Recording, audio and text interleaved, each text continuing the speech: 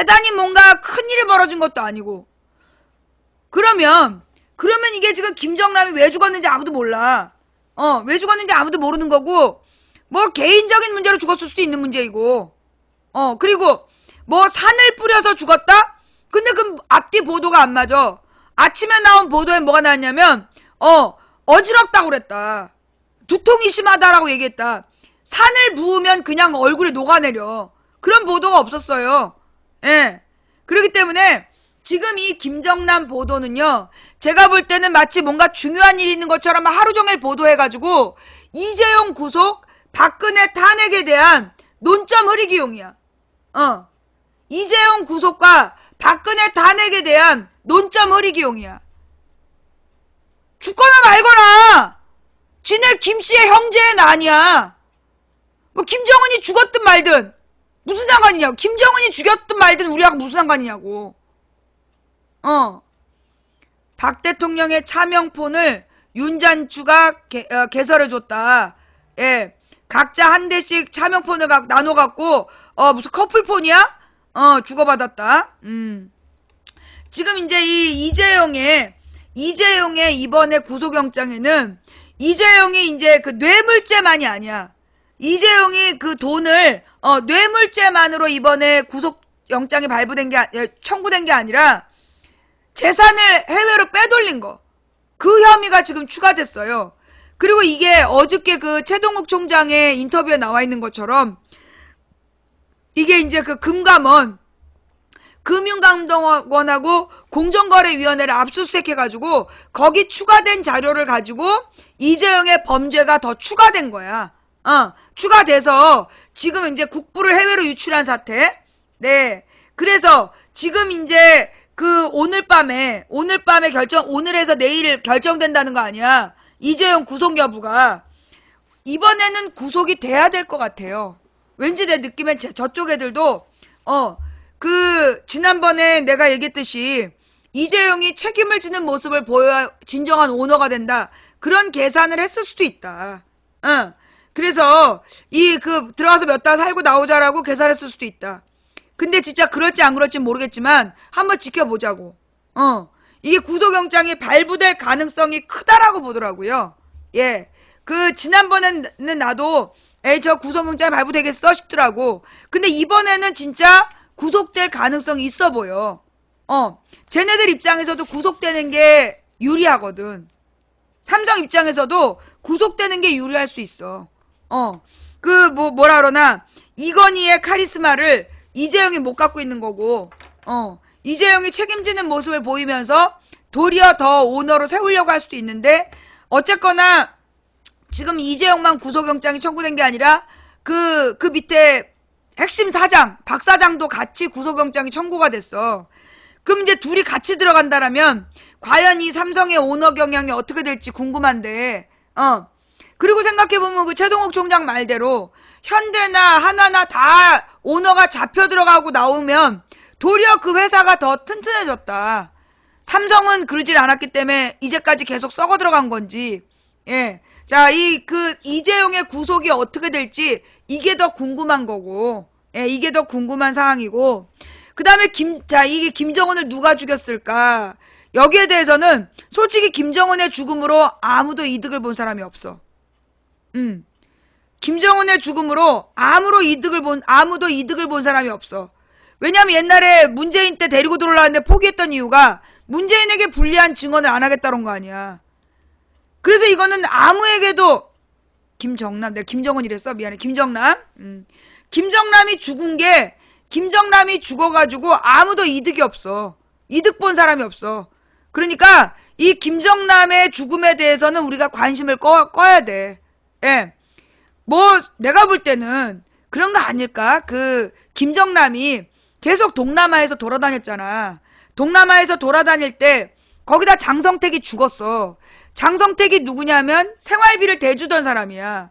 그럼 생활비를 대주던 장성택이 죽었다라면 김정남은 생활고에 시달렸을 것이다. 생활고에 시달리던 김정남이 어디에서 돈을 얻었겠어. 어둠의 세력들하고 어울렸겠지. 그 사채 못 갚아가지고 죽은 거 아닌가 싶어. 사채를 못 갚아서 베트남 조폭한테 뭐 제거당한 거 아닐까 뭐 이런 생각도 들고 이게 뭐 그다지 중요한 정치적 사건이 아닌 거야. 김정남이 뭐 이렇게 중요한 고급 정보를 갖고 있다면 막 각 나라에서 데려가려고 했겠지만 아무도 데려가지 않아서 동남아에서 떠돌다가 되게 초라한 모습으로 죽었잖아. 그러니까 이걸 그렇게 크게 확대할 필요가 없는 사건이라고. 내가 볼 때 그럼에도 불구하고 언론에서 대대적으로 보도하는 건 특히 JTBC에서부터 막 대대적으로 막 보도했던 이유는 이재용 구속보다 더 큰 뉴스인 것처럼 보이게 하고 싶었던 거 아닐까? 중앙일보가 범인을 잡았다라고 터뜨리고 어제 저녁 때 김정남 사망이 특보로 전해졌잖아. JTBC 뉴스에서. 온 국민이 제일 많이 보는 뉴스에서. 그러면서 이슈가 되고 그리고 지금도 이게 망치면 방송 끝날 때쯤 돼갖고 중앙일보에서 한 명을 잡았다. 다음에 한 명 잡고 뭐 4명 또 잡을 때까지 막 계속 특보 낼 건가? 남자 4명에 여자 2명이 연관되어 있다. 이거 내가 볼 때는 괜히 그 조폭 돈 못 갚아서 제거당한 것 같아. 별로 중요한 사건이 아닌 걸로 보여. 우리가 김정은이가 죽었다라면 관심을 가져야 되는데 별로 안 중요한 사람이 죽은 거 가지고 온 나라를 떠들썩하게 만들어서 진짜 봐야 될 뉴스를 못 보게 하는 그런 효과가 아닐까. 예.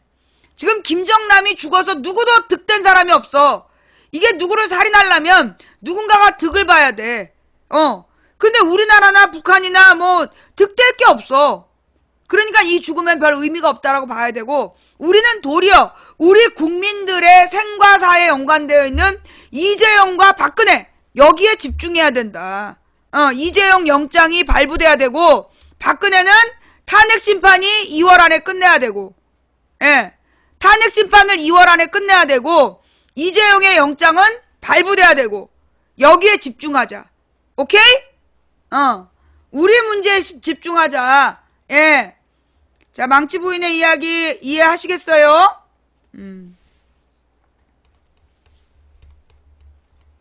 자, 그러면 오늘 방송 어떠셨어요? 볼만하셨나요? 자, 망치 부인 방송이 볼만하셨다 생각되면 어메 아까 6,500명 봤는데 업은 4,600, 2,000명이 그냥 토꼈구만. 이런 네.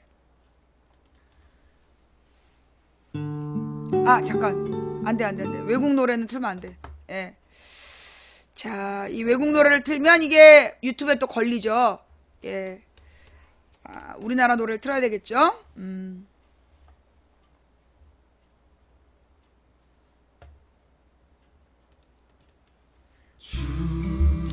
오늘 방송 볼만하셨나요? 볼만하셨다라면 업 부탁드리고요. 자발적으로 업해주신 4,860분께 진심으로 감사를 드리고 꿀잼 해주신 분들께 감사드립니다. 이제 꿀잼 하셔도 돼요. 꿀잼 오류 잡혔어요. 예.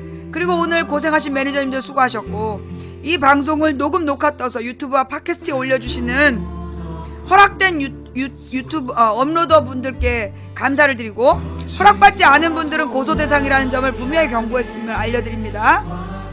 그리고 후원해주신 분들 한 분 한 분 일일이 감사 인사 못 드려서 죄송하고 그럼에도 불구하고 예, 후원해주신 분들 덕분에 우리 망치 부인이 오늘도 당당하게 방송할 수 있었다는 거. 그리고 꿀잼 3개는 블랙이야. 별이 블랙이야. 네. 그리고 후원 못해서 미안하다 뭐 그런 말씀하지 마세요. 생방송 처음부터 끝까지 지켜준 여러분이 진정한 망치 부인의 애청자이시고 후원자이십니다. 진짜 이 망치 부인이 없다면 솔직히 이제 저는 하나님이겠죠. 예. 우리 하나님이 없다면 솔직히 얘기해서 저도요 이 방송을 통해서 하나님을 만나요. 여러분 어떠신지 모르겠지만 이 방송에서 나오는 모든 이야기는 저의 입을 통해 나가지만 하나님의 영으로 나오는 소리다 라는 말씀을 드리고 싶고 저도 이 방송을 켜야 이 방송을 켜야 하나님의 뜻이 뭔지가 분명해지는 것 같아요. 그래서 이 방송이 저에게도 소중한 방송이다 라는 말씀을 드리고 싶고요.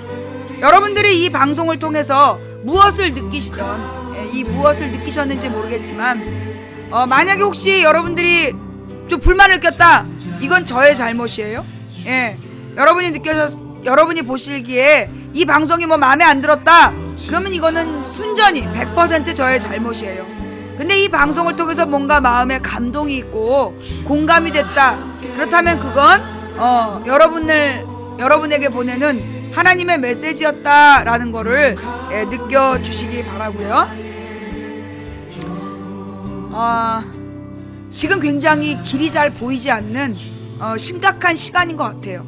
네, 한치 앞을 내다볼 수 없는 앞에 아주 그냥 연무가 자욱해서 한치 앞이 내다보이지 않는 우리는 어려운 낭떠러지를 지금 가고 있는 것 같다. 이 어려운 낭떠러지에 조금만 주의가 분산되면 우리의 상당히 많은 숫자가 절벽 아래로 떨어져서 죽을지도 모르는 그런 상황이다. 그래서 우리는 조심스럽게 길을 잃지 않고 앞사람 뒤통수를 보면서 잘 따라가야 된다. 예, 지금은 길 찾는 것이 가장 어려운 때인 것 같다. 그럴수록 우리가 대열을 이루고 서서 앞사람에게 내가 네 뒤에 있어, 그리고 뒷사람에게 내가 네 앞에 있어, 그러니 우리가 함께 가자 라고 이야기할 수 있는 오늘이 돼야 되지 않을까 생각합니다. 지금 많은 세력들이 우리가 길을 잃도록 끊임없이 막 뉴스들을 던지고 가짜 정보들을 던져서 우리를 혼미하게 하려고 합니다. 그런 때일수록 여러분 어디에 집중해야 될지 잘 생각해 보시기 바라고요. 세월호가 인양돼서 미 수습자들이 가족의 품으로 돌아갈 수 있도록, 그래서 지구상 가장 비참한 소망인 유가족이 되게 해달라는 그들의 소망이 이루어지기를 기도합니다. 그리고 그 어린아이들이 숨을 쉬지 못해 괴로워하다 죽어갔다는 그 가습기 첨가제 사건에 대해서 모든 책임자가 처벌받고, 그리고 피해자에 대한 구제 대책이 마련될 때까지 우리가 날마다 기억하는 하루가 되었으면 좋겠습니다. 오늘도 주무시기 전에 한번 기도해 주세요. 세월호를 인양할 수 있도록, 가습기 사건의 책임자가 처벌될 수 있도록, 세월호의 진상이 규명될 수 있도록 기도해 주시기를 부탁드립니다. 된다고 믿든 안 된다고 믿든 우리의 믿음대로 된다고 했습니다. 이 땅에 정의가 바로 세우는 것, 정의가 바로 세워지는 것, 한 사람의 꿈은 꿈일 뿐이지만 백인이 꾸고 만인이 꾸면 현실이 된다고 했습니다. 중지동천이라고 무리가 모여 뜻을 모으면 하늘을 움직일 수 있다고 했습니다. 우리가 가는 길은 갈만한 길이라서 가는 게 아니라 가야 할 길이라서 간다고 했습니다. 이기기 어려운 싸움에서 지지 않는 단 하나의 방법은 싸움을 포기하지 않는 것이다. 누군가 포기해서 오늘 우리의 절망이 싹텄다면, 우리가 오늘 포기하지 않으면 내일은 새로운 역사를 쓸 수 있다는 믿음으로 그렇게 나아갑시다. 지금까지 도봉구 창동사는 불량주부 망치부인이었고요. 다음 방송은 내일 낮 2시 안산 기억저장소에서 시작하겠습니다. 망치부인을 내일 오프라인으로서 보고 싶으신 분들은 기억저장소로 오세요. 안산 기억저장소에서 내일 낮 2시에 시작할게요. 고맙습니다. 망치부인이었습니다. 내일 낮 2시에 만나요.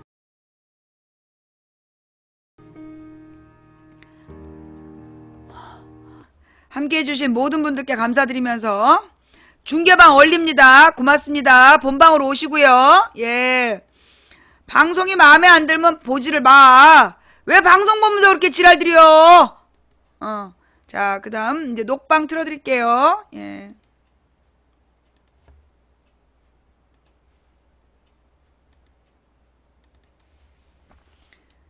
오늘 방송 볼만 하셨어요?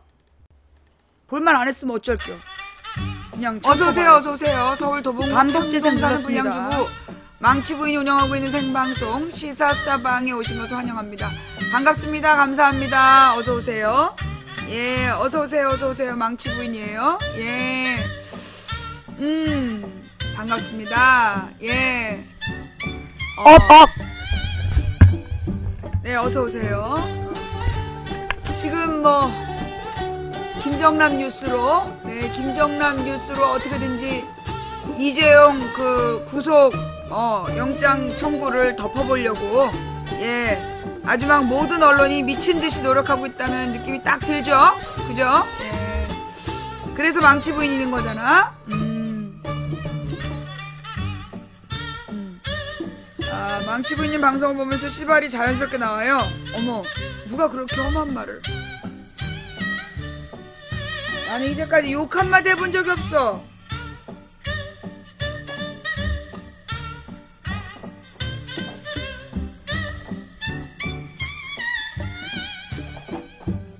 어서오세요, 어서오세요. 망치군입니다. 예, 반갑습니다. 예.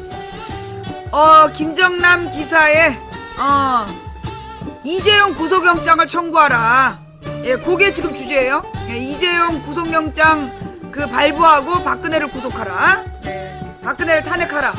예, 요 두 가지를 같이 쓰셔야 되겠죠.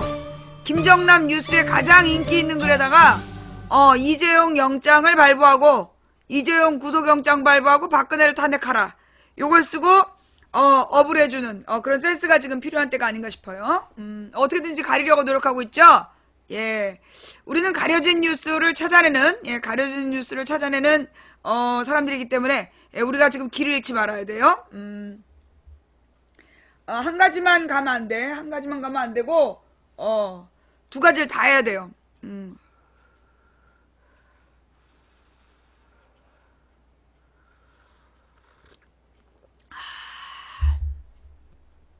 예, 오늘은 알림이가 안 울려서 왜 안 하나 하고 접했더니 하고 있다. 아, 지금 알림이가 안 갔어요? 아, 지금 알림이가 안 가가지고 사람들이 빨리빨리 못 들어오고 있구나. 아, 우리 집도 지금 알림이가 안 왔어. 뭐지? 뭐가 잘못됐나? 알림이가 울린 사람도 있고, 안 울린 사람도 있고, 자, 알림 안 온 사람 손 들어봐요. 알림이 안 울렸는데 온 사람. 알림이가 안 울렸는데 온 사람 손? 하나, 둘, 셋, 넷. 이렇게 많아요? 알림이 안 울렸는데 온 사람들이야? 진짜? 잠깐만, 그러면 알림 안 온 사람 더 많네. 지금 생방송 시작했는데 알림이 안 울렸고, 그래도 이렇게 다 온 거예요? 그냥 떼대서 온 거야? 그러면 지금 오시님들 알림이 언제 울렸는지 좀 알려주세요. 예, 알림이 언제 울렸는지를 좀 알려주셔야. 예, 그냥 2시라서. 요즘에 알림이가 잘 안 와요?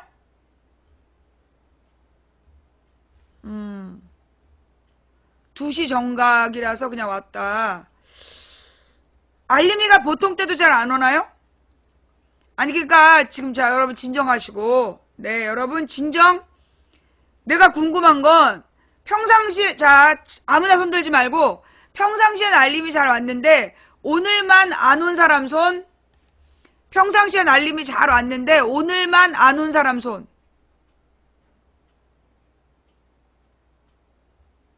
평상시엔 알림이 잘 왔는데 오늘만 안 왔어. 뭐지?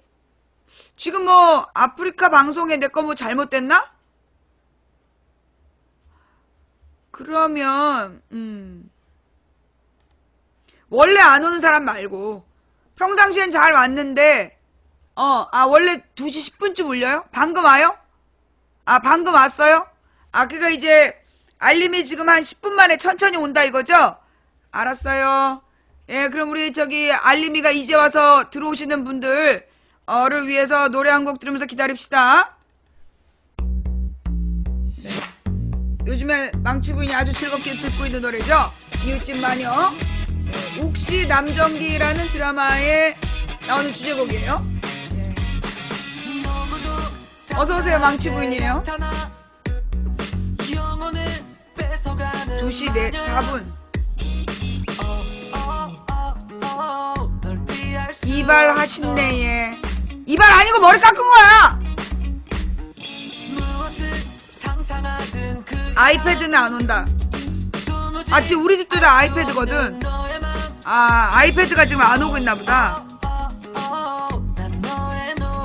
아, 지금 시작했어 방송. 지금 시작했어요. 조금씩 네 맘을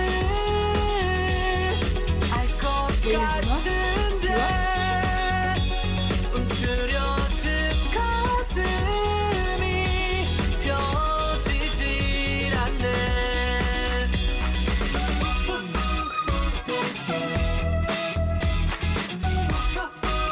모래 비가 올라오고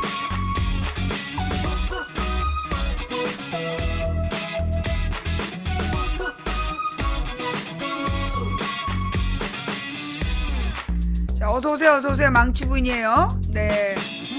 아직도 알림이가 안 오시는 분들이 있다. 왜 그럴까요? 네.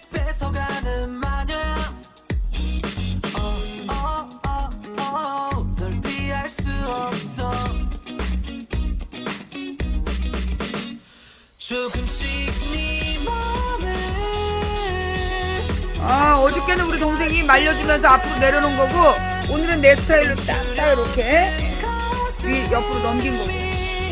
집에 와서 안 깎았어. 진짜 안 깎았어. 동생 아니야, 안 깎았어. 예. 어저께는 우리 동생이 이렇게 막 머리를 널어놓은 거고, 오늘은 내가 이렇게 옆으로 접은 거고. 난 요 스타일 딱 좋아. 나 머리를 더 짧게 하고 싶은데 안 잘라줘. 예. 어제는 그 전문가의 손길 때문이었고, 어제는 전문가의 손길이 머물러서 어제 좀 이뻤다면 오늘은 나의 손길로 처리해서 이래. 조금씩 네 맘을 알 것 같은데 움츠려든 가슴이 펴지. 지금도 너무 짧다고?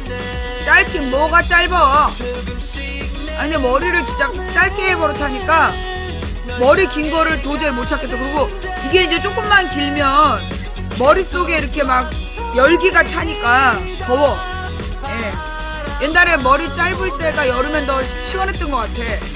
이렇게 딱 쭉 묶어버리면 머릿속에 공기가 안 들어가가지고 그때가 더 안 더웠던 것 같아요. 짧은 머리가 잘못하면 머릿속에 열기가 갇혀갖고 더 더운 것 같아. 원래 내가 머리숱이 별로 없었는데 그 머리를 잘 헹구면서 많이 늘어났어요. 예.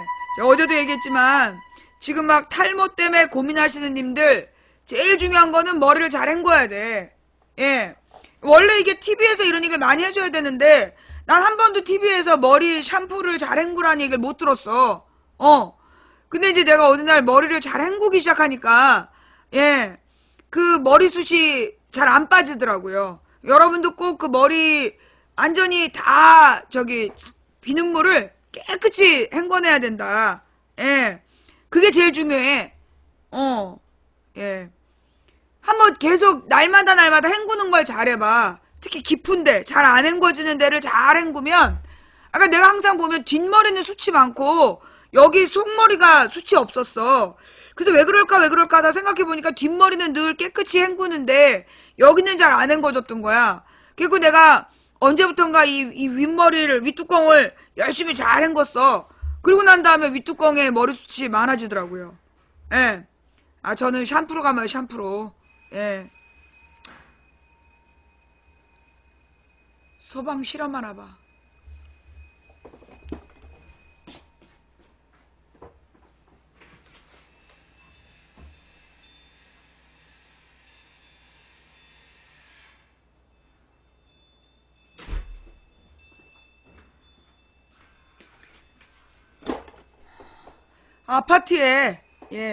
아파트에 그 소방배를 막 꺼놓는 사람들도 있잖아요.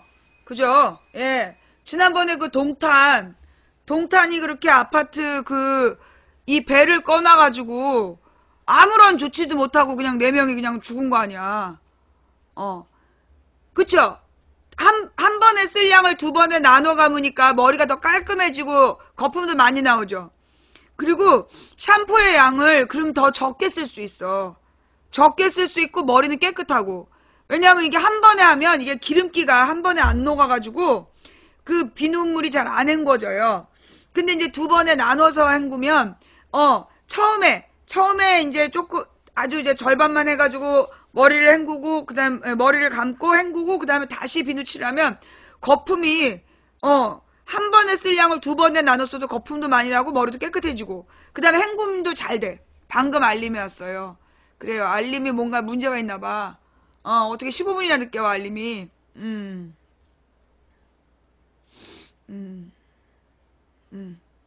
네. 그래서 그 머리 감을 때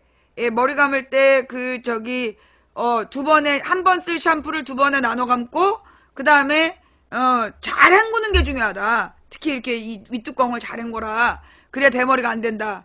그 다음에 세수를 한다. 세수를 할 때, 저 같은 경우에는 세수하고 나서 스킨 바를 때요. 물기를 다시, 그니까 얼굴을 수건으로 안 닦아요. 얼굴을 수건으로 안 닦고, 그냥 이렇게 손을 깨끗이 씻은 다음에 물로 털어내. 물로 이렇게 털어내고 물기가 있는 상태에서 스킨로션을 발라주면 피부의 습기가, 보습 효과가 더 뛰어나요. 보습 효과가 더 뛰어나고, 그 다음에 많이 두들겨줘야 되고. 그리고 맨 마지막에, 그니까 왜 맨 씻을 때 이제 뜨거운 물로만 씻지 말고, 뜨거운 물로 깨끗이 비눗물기를 없앤 다음에 찬물로 막 이렇게 깨끗이 헹궈주고, 특히 모공이 넓은 부분을 찬물로 헹궈주는 거, 그게 피부 관리에 좋아요. 그래서 이 차가운 물을 수건으로 닦지 말고, 손으로 이렇게 털어내거나, 그래서 이제 물기를 조금 말린 상태에서, 그러니까 다 말리지 않고, 물이 떨어지지만 않을 정도로 있는 상태에서 스킨로션을 발라주면, 보습 효과가 훨씬 좋아요. 보습 효과가 훨씬 좋고, 이게 두들겨주는 거, 그게 피부를 동안으로 유지하는 비법이라는 거. 그리고 이제 혹시 본인이 아토피가 아니고, 아토피 증상은 없이 여드름이 있다. 이게 좀 지성이 좀 심한 지성이다. 그러면 이제 아토피가 없어야 돼. 아토피는 쓰면 안 돼요. 아토피가 없는 상태에서 지성 피부는 노란색 다이알 골드 그 비누가 쓸만해요. 다이알 비누를 쓰는데 중요한 건 물을 좀 따끈하게, 미지근한 물이 아니라 따끈한 물로 먼저 얼굴을 막 헹궈준 다음에 그 다이알 비누로 비누칠을 하고, 그 다음 따끈한 물로 헹궈내고, 그리고 가능하면 2번 정도 다이알 비누로 2번 씻고 따뜻한 물로 이렇게 헹궈내고, 맨 마지막에 찬물로 이렇게 헹궈가지고 피부를 부드럽게 한 상태에서 물기만 이렇게 좀 덜 떨어지면 그때 스킨로션을 발라라. 피부 관리 아주 좋아요. 이 다이알 비누, 다이알 골드가 되게 안 비싸고 쓸만했어요. 요즘은 어떤지 모르겠어. 비싸졌는지 모르겠는데, 옛날에 내가 이제 대학교 다닐 때 간염에 걸려가지고 여드름이 났어. 나 원래 여드름이 안 나는 사람이었는데, 얼굴에 갑자기 뭐가 막 난 거야. 그리고 이게 뭔가 했더니 그게 여드름이라고. 그때 이제 막 간염으로 입원해 있을 때라 사람들이 전부 다 와가지고 막 모든 과 의사들이 내 얼굴 들여다보고 검사한 다음에 맨 마지막 여드름이네. 이러니까 이제 그 인턴이 막 짜증내면서 가르쳐 준 게 다이알 비누로 뜨거운 물에 씻으라고. 따끈한 물로 얼굴을 헹궈갖고 모공이 확장되면 다이알 비누로 이렇게 막 잘 거품을 내면 다이알 비누가 이게 뭐라 그러나 하여튼 멸균 작용하고 이 모공 청소 능력이 뛰어난 거야. 그래가지고 이제 그렇게 씻고, 그리고 나서 이제 마지막에 이제 그렇게 2번 씻고 나서 차가운 물로 헹궈내는 거. 의사가 추천했어요, 그 당시에는. 근데 그때는 뭐 요즘처럼 비싼 무슨 그런 여드름 전용 비누 이런 게 없을 때였어. 근데 사실 그래, 요즘에 보면 너무 비싸. 이게 이제 막 피부에 관계된 거니 되게 비싸. 근데 그렇게 비싼 게 그만큼 효과가 있냐? 그럼 실제로 효과가 없어. 왜 그러냐면 사람마다 맞는 게 달라요. 사람마다 이게 다 맞는 게 다르기 때문에 자기한테 맞는 걸 찾아야 돼. 자기한테 맞는 걸 찾아야 한다라는 거. 다이알 비누가 뭐예요? 모르면 몰라도 돼. 우리 때는 유행하는 비누였어. 요즘에 다이알 비누 비싸졌어요? 그렇구나. 요즘은 마트에서 비누 같은 걸 사니까 가격에 대한 비교 능력이 없어. 워낙 많은 양을 사니까. 그 다음에 이제 보통 식자재를 사러 마트를 가잖아요. 근데 이제 우리 집 같은 경우는 요즘에는 이제 식자재 사러 마트 많이 안 가. 언니네 텃밭이라고 검색해보면 전국 여성농민회에서 지역별로 여성농민들이 조그만 소규모로 밭농사를 지어서 가족들이 먹는 것처럼 농약 안 쓰고, 그게 이제 무농약이죠. 무농약으로, 깨끗하게 재배한 채소를, 이렇게 마트보다 조금 싼 가격으로, 보내주는 게 있어요. 꾸러미. 그 꾸러미는 내가 어떤 걸 정하는 게 아니라, 물론 정해서 살 수도 있지만, 그 꾸러미에다가 언니네 텃밭 그 꾸러미에서 자기네들 지역에 잘 나는 제철 채소를 보내주는 거야. 예. 그래서 이제 제철 채소를 택배로 붙여주는데 뭐 달걀 값이 그렇게 비싸다고 난리가 났는데 우리는 그 당시에도 그 달걀 값이 아무리 비싸다 그래도 그 언니네 텃밭에서 오는 달걀은 비싸지 않게 그대로 이제 같은 가격에 왔어요. 네. 그 한살림에도 그런 꾸러미를 파나요? 예, 그래서 그렇게 이제 그 채소를 우리는 한 달에 2번 받아. 채소를 한 달에 2번을 받으면 그 채소를 사러 가느라고 시장을 가서 쓸데없이 공산품을 많이 사잖아. 근데 그 공산품을 좀 줄일 수가 있어요. 그리고 웬만하면 마트가 물건이 싸다고 생각하는데 실제로 마트가 다 대용량이야. 대용량이기 때문에 어쩌면 필요할 때 그 작은 포장으로 동네에서 사는 게 더 쌀 수 있어요. 예. 필요할 때 동네에서 소포장으로 사서 쓰는 게 더 그 효과적일 수 있다.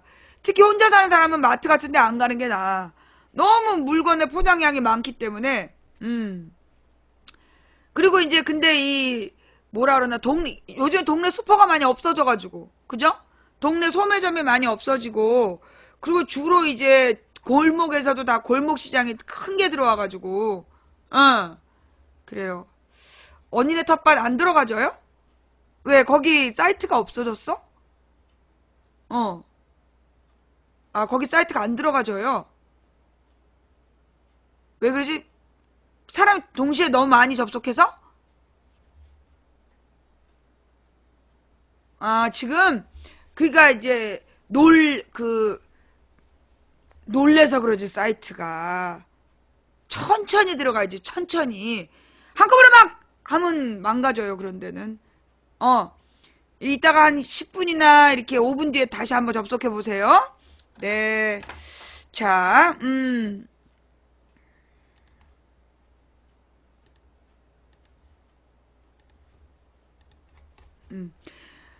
그리고 이제 가능하면 우리가 어떤 생각들을 가져야 되냐. 뭐라 그러지?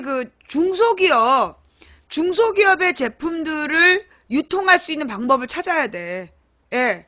중소기업 제품들을 유통하는 방법을 좀 찾아야 되고, 그리고 이제 사실, 우리 어떤 시청자가 직접 개발했었나 봐요. 그 쿠션이라는 게 있더라고. 그 우리 시청자가 보내주신 쿠션이 있어요. 나는 한 번인가 2번밖에 안 발라봤지만, 한두 번 발랐는데도 진짜 너무 괜찮은 거야. 근데 보니까 그분이 이제 중소기업에서 그 쿠션을 개발해갖고 팔았던 분이더라고. 그게 이제 우리나라의 이 기술, 중소기업들이 정말 좋은 기술을 개발하고 좋은 제품을 만들어도 판로가 없어서, 예. 판로가 없어가지고 사실 대기업한테 많이 뜯기잖아요. 그러니까 이제 뭐 그 한경인가 거기에서 그렇게 중소기업에서 개발한 기술들을 많이 가져간다며. 그래가지고 막 그 원한서린 어떤 시청자의 제보를 받은 적도 있었는데, 그러니까 이제 이게 한경이만 그러겠냐고. 대부분의 대기업들이 소위 그런 방식으로 다른 사람들의 이 기술을 또는 뭐라 그러나 개발품을 훔치는 거야. 가장 놀라웠던 게 뭐였냐면 뭐였지? 삼성의 문자 자판 있잖아요. 삼성의 문자 자판. 이게 삼성의 문자 자판이 천지인 그 자판이었는데, 그 천지인 자판을 직원이 개발한 거야. 근데 그 직원은 실제로 인센티브를 받지 못했고, 그 천지인 자판을 삼성에서 독점해가지고 그 특허를 내는 바람에 다른 사람들은 그걸 사용하지 못하게 된 거죠.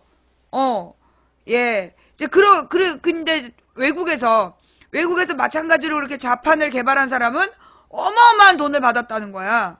예. 그리고 여러분 그거 알아요? 그 종이팩이 우리나라 사람, 아니야. 종이팩을 우리나라 사람이 개발했다는 거. 그거 아세요? 예. 우유팩을 우리나라 사람이 개발했대. 며칠 전에 신문에 나왔었어. 우유팩. 예.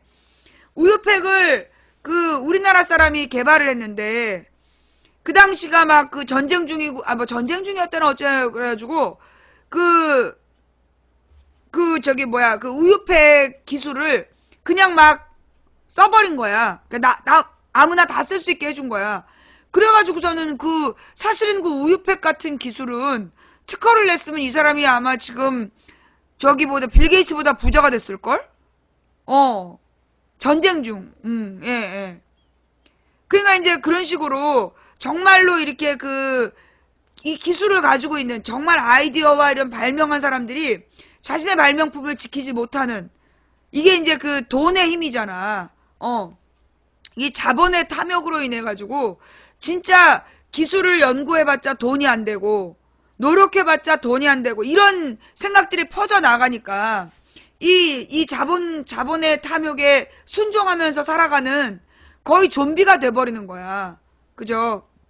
그래서 그 영화, 예. 그 영화에 보면, 영화 매트릭스. 그 매트릭스라는 영화가요. 예. 그 키아누 리브스 나오고 우리나라에서는 막 뒤로 막 저기 뭐야 몸을 뒤로 접는 그래갖고 총알 날아가는 그 장면만 계속 나와가지고 사람들이 매트릭스를 봤는데 사실은 그 매트릭스라는 영화가 가지고 있는 게 그런 자본의 힘, 거대한 권력이 자기네들이 보여주고 싶은 대로 보게 하는 그래서 믿게 하는 그 실제로 이 많은 국민들을 유권자들을 착취하면서 자기네들이 착취당하는지 모르고 그 보여지는 환상에 젖어서 살고 있는 그 모습을 비판한 게 그 매트릭스라는 영화라는 거야. 예. 그래서 그 진실을 보고자 하느냐 아니면 그냥 그대로 살고자 하느냐. 나는 이제 내가 맨 처음에 아프리카에 왔는데 사람들이 전부 다 망치 부이는 빨간 약이라는 거야. 그래서 나는 이제 그게 뭐 내가 빨갱이냐 막 이러면서 싸웠어. 근데 이제 그게 그 뜻이 아니라 그 매트릭스에서 빨간 알약을 먹으면 진실을 보게 된다며. 그냥 망치 부이는 빨간 약이라고. 그래 나는 이제 빨간 약이라서 왜 군대에서 배가 아파도 빨간 약 바르고 머리가 아파도 빨간 약 바른다고 그 얘긴가 했더니 그게 아니라 예 소위 이제 진실을 안 보고 사는 걸 선택할 수도 있다는 거죠. 근데 이제 사실 우리 망치 부인 방송을 보다 보면 처음에 되게 힘들잖아요. 그죠? 그러니까 맨 처음에는 사실 안 들려. 그러니까 이제 본인이 이게 현실이다라고 믿고 자란 인생 있잖아. 그런데 망치부인 얘기를 듣다 보면 인연이 미쳤구나 싶잖아. 그죠? 망치부인의 방송을 처음 본 사람은 이제 소위 이제 특히 이런 뭐 지역 폄하가 아니라 이게 이제 그 강원도나 경상도 분들이 처음에 망치부인 방송을 보면 인연이 미친년이구나 싶고 빨갱이라고 막 그래. 근데 이제 뭐 경기도 동부도 마찬가지죠. 근데 이제 이분들이 망치부인 얘기를 이제 듣다 보면 특히 근데 이분들이 어디서 내가 어제도 그랬잖아. 인트로에서 많이 변화돼요. 솔직히 얘기해가지고 이게 이제 보수적인 지역에 살았던 분들이 망치부인 방송의 인트로를 들으면서 마음이 열리는 거야. 인트로가 없이 그냥 시사 얘기를 하면 인연이 빨갱이다라고 보이는데 인트로 부분을 이렇게 듣고 나서 망치부인 이야기를 들으면 아 이게 상식이구나라고 받아들여진다는 거야. 그러니까 쟤네들이 인트로를 못하게 하는 거야. 예.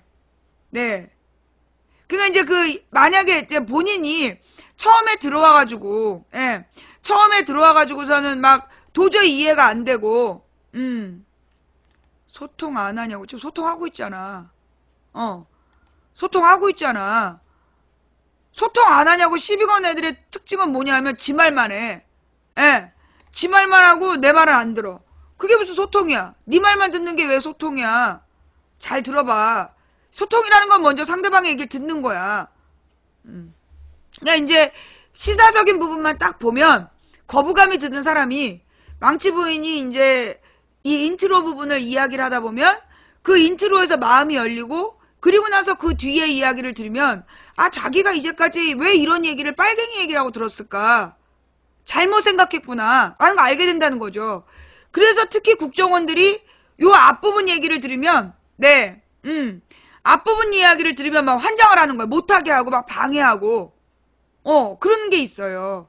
그래서 이제 사실 근데 나도 이 인트로가 앞부분 이야기가요 아무 때나 나오는 게 아니야. 이 마음이 뭔가 차 있을 때 마음에 뭔가 이렇게 내 스스로 이제 비워내면 채워지잖아. 비워내면 채워지는데 내가 어떤 막 몸을 내 의지대로 하려는 게 많이 차 있으면 인트로가 안 나와. 근데 이제 내가 다 내려놓고 그냥 아유 뭐 될 대로 되라 그러고 있으면 이제 내 마음이 비워지면서 비로소 좋은 이야기들이 나오더라고. 그래서 이 인트로 부분부터가 이 사실은 하나님께서 여러분들께 하고 싶은 이야기다. 라는 이야기. 오늘은 여러분들께 무슨 얘기를 하고 싶냐 하면 사실 이제 이제 김정남 이야기 들으러 오셨어요? 김정남 이야기 조금 이따 해줄게요.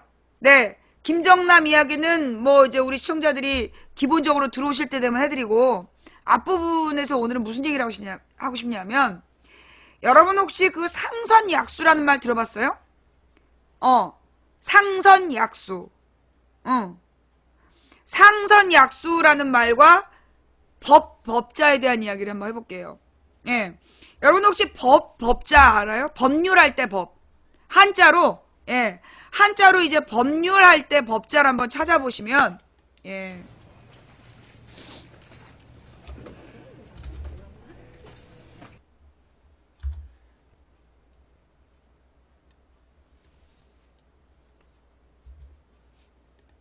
네.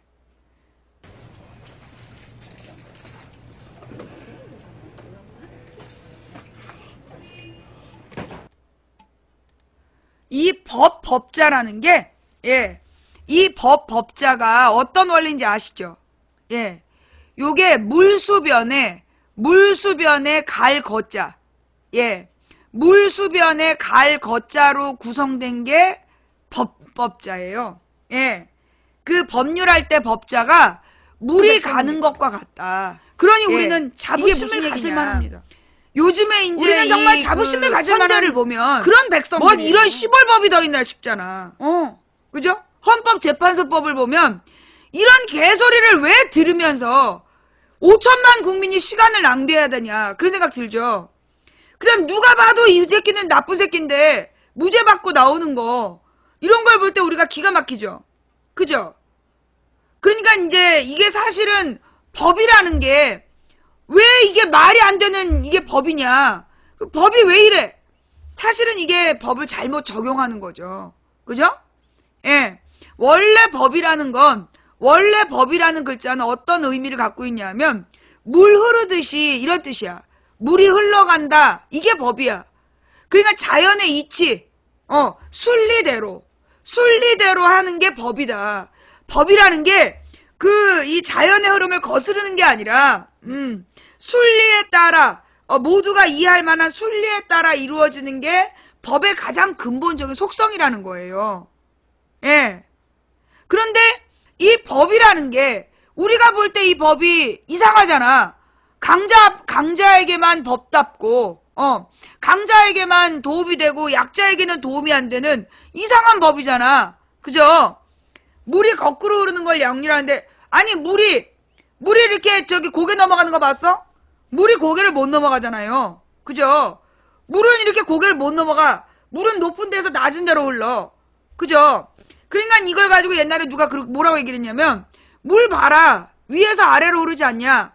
그러니까 밑에 것들은 위에서 시키는 대로 하면 된다. 그렇게 얘기한 사람도 있었어. 법이란 결국 권력자가 물이 위에서 아래로 흐르듯이 이 권력자들이 지배하는 대로 순종해야 된다. 그런 개소리를 하는 사람도 있었다는 거죠. 어이가 없죠. 하긴 물은 아래에서 위로 못 흘러. 그죠? 그런데 그 말은 개소리였어요. 왜냐? 여러분 한번 잘 생각해 봅시다. 여러분 이 강의 기원이 뭐예요? 예. 강의 기원이 뭘까요? 이재용 가린다 그러니까 막 드디어 크크크 이러면서 요원들이 들어왔어. 크크크 요원들이 들어왔어요. 크크족이 들어온 걸로 봐서 요게 오늘의 핵심인 것 같아요. 네. 우리 크크족 요원들 고마워. 좀만 기다려. 이재용과 김정남 관계 얘기해 줄 테니까 좀만 기다려. 사실은 이제 물이라는 게 어디에서 바닷물이 증발을 하고 구름이 돼서 이 육지에 와서 다시 비가 돼서 내리고 그 내린 물이 어떻게 돼요? 이 뭐라 그러나, 땅 위에 흘러내려서, 땅에 자라는 모든 생물들, 동물과 식물의 생명을 준 후에, 그리고 남은 물들이 밑으로 내려가잖아. 가장 낮은 곳으로 내려가는 게 결국 물이 밑으로 내려가는 이유는 뭐 때문이에요? 중력 때문이죠. 중력 때문에 밑으로 내려가. 가장 낮은 곳까지. 그래서 모여. 참고 밑으로 모이다가 결국은 그 물이 어떻게 되는 거야? 뚫고 올라오는 게 샘물이잖아요. 강의 기원은 샘물이에요. 예. 강의 기원은 샘물이다. 그래서 이 산에서 이렇게 지하수가 이게 솟아오르는 그 샘물들이 개울을 이루고, 개울들이 모인 개울들이 크게 강물을 이루고, 그 강물들이 또 모여서 바다로 가는 거잖아. 그죠? 그러니까 결국은 물이 위에서 아래로만 흐른다라고 생각하는 건 잘못됐다는 거야. 결국 이게 물이 말이에요. 가장 낮아지고 참다가 그 참은 물이 이 위로 솟구쳐 오르는 게 샘물이잖아. 그죠? 결국은 물이 아래에서 위로 올라오기도 한다는 거야. 샘물을 보면 그게 진리잖아요. 이 솟구쳐오르 퐁퐁퐁퐁 옹달샘, 퐁퐁퐁퐁 쏟아나오는 물을 보면 물이 아래에서 위로 올라오는 거야. 그죠? 그 다음에 이 바다로 가서 모든 욕심을, 이 사실은 이제 물이 그 강물이 돼서 흘러가면서 이 강물 속에 많은 이제 유기물질들을 가지고 바다로 가서 그걸 다 내려놓고 아주 가벼워지면 이 완전히 가볍게 증발을 해서 그게 구름이 되고 다시 내리는 게 그게 물이잖아요. 우리가 이제 상선약수다라는 말을 할 때 그게 도교에서 얘기하는 최상의 선, 가장 좋은 게 물과 같은 것이다. 이 말이에요. 예. 도교에서 얘기하는 상선약수라는 말은 최상의 선은 물과 같은 것이다. 그래서 이 물과 같은 것, 이 노자가 이야기한 물의 성질은 뭐냐면 자기의 고집이 없어. 자기 고집이 없고 그릇의 모양에 따라서 맞춰주잖아요. 그죠? 그릇의 모양에 따라 맞춰주고, 그리고 많은 생명을 살리고, 그리고 이 가장 낮은 곳으로 흘러가고, 이게 사람이 물처럼 살려고 그래. 모든 사람이 물처럼 살려고 해야 세상이 아름다워진다. 그 뜻이야. 스스로 낮아지려고 하고, 다른 약한 생명들에게 생명을 주려고 하고, 자기를 헌신하려고 하고, 그러면 그게 이 모든 생명을 살리는 최상의 선이다. 그게 상선약수라는 그 뜻 아니겠어요? 그죠? 이 갈거자는, 갈거가 아니라 법자. 결국 법은 물이 흐르는 것과 같다. 물이 가는 것과 같다. 나는 이 법도 그렇다라고 봐. 법이 결국은 어떠해야 되느냐. 낮아지고 낮아지지만 정말 계속해서 이렇게 약한 자들을 괴롭히고 그들을 철저히 착취하면 결국 뒤집어질 수밖에 없는 게 나는 그게 법이라고 봐. 권력에 순종하는 것, 그게 법이 아니라 계속해서 그렇게 뺐다 보면 결국엔 이게 모인 지하수가 폭발하듯이 솟구쳐 오르듯이 뛰어오르는 게 그게 법이다. 먼저 법은 순리에 따라야 된다. 자연의 이치에 따라서 흘러야 되고, 나쁜 놈이 벌을 받고 그 피해자가 보호를 받고, 그게 법의 도리다. 근데 그러지 못하고 계속 권력자의 탐욕에만 법이 이용되면 결국은 뒤집어지는 게 법이다. 이제까지 이 동양의 역사를 보면, 인류의 역사를 보면 항상 그랬어. 권력이 탐욕으로 부패하면 결국은 뒤집어지고 서양의 역사에도 그랬어요. 서양의 역사에서도 로마 제국이 망했죠. 교황의 시대가 끝났죠. 그죠? 그리고 제국주의가 망했죠. 그런 것처럼 모든 이 탐욕이 만들어낸 그 세계는 무너지게 되어 있어. 예. 탐욕의 세계는 무너지게 되어 있다. 결국 지금 어떻게 보면 우리 시대는 1989년 90년까지 45년부터 90년까지 45년 동안 세계가 수정자본주의라는 공존의 문화였어. 공동체 문화, 공존의 문화.